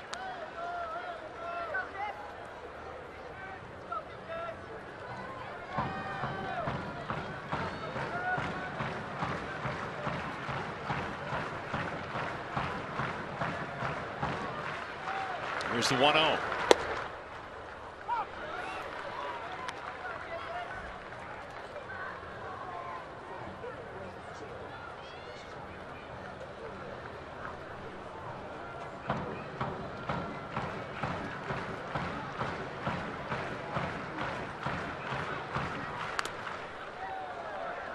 Got the home plate umpire Eric Cooper.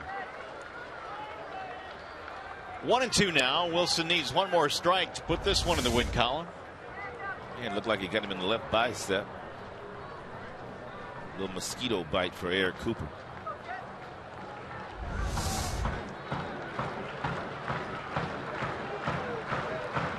Kipnis waiting on a 1-2.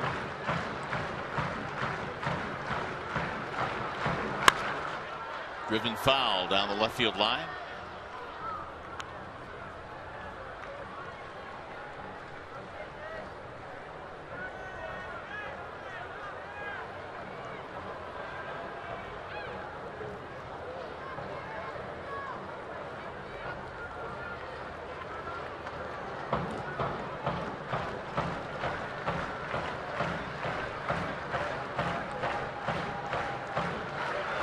Inside, back him out of there. 2-2.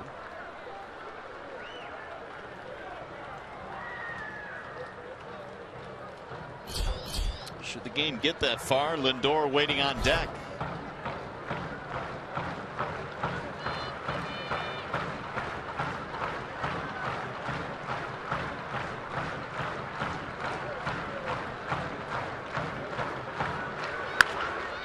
And again, back out of play. 19,156 the attendance here tonight. 19156, which is a little bit more than they had here last night. They had over 15,000 last evening, including that young man who is still here waiting for the final out, holding on to his Miggy gloves, Miggy bat. Yeah, Miggy might just sign that bat for the young man after the game. Another one back in the seats. And quite a battle here. And it turned in by Kipnis, not going down quietly. 3 hits in the game for Jason. And Kipnis is average now at .351.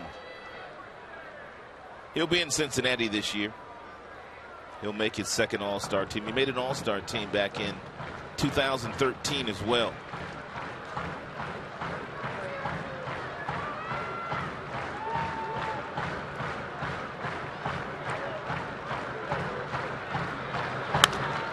Drilled toward right center field. That's looking like trouble. That ball is up against the base of the wall.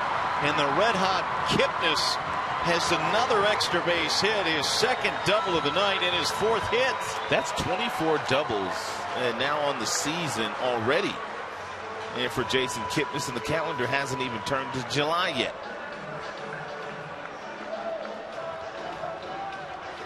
He leads the league, 2 better than Dozier. 3 of those guys are playing in the game tonight. Brantley and Cespedes with 21 each.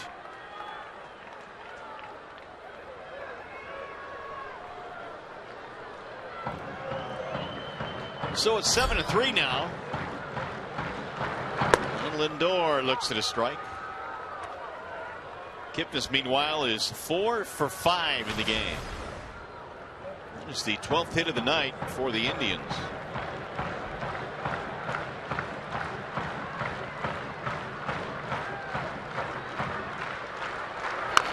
Bouncing ball foul, and quickly 0-2.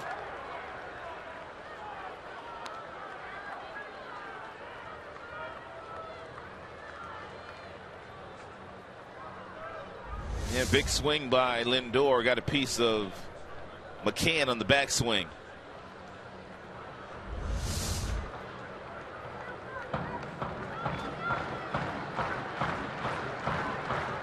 We'll see if Wilson now can finish him off. Popped up foul, back out of play.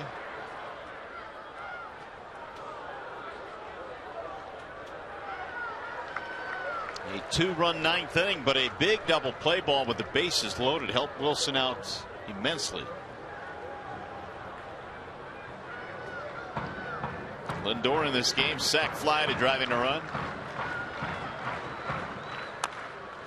Just stays alive. Verlander and Carrasco tomorrow to wind up this series.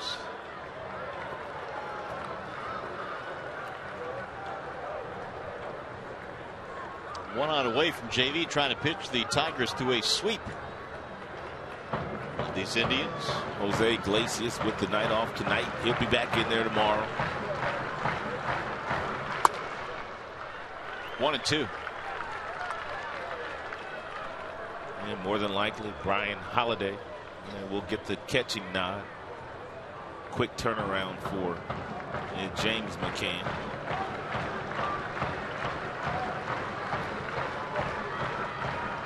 You know Miggy's not taking a day off. No. And the opposing pitchers, they just hope that one day on a quick turnaround that the manager, Brad Austin, would sit Miggy, but Miggy just never sits. He's had his one day off this year.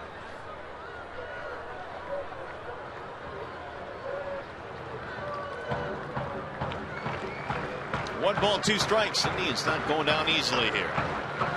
They've scored a couple of runs.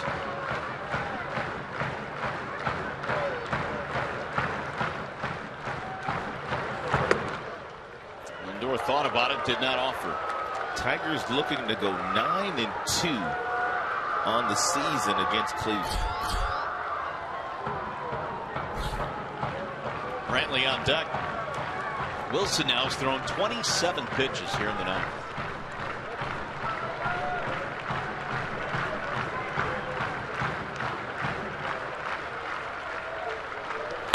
Bouncing ball to short should do it. Romine has it, and the Tigers have won the first two games in the series. Another impressive victory turned in by Detroit here in Cleveland at Progressive Field. Tigers win it by a score of 7-3. Tigers live just minutes away. We'll be back.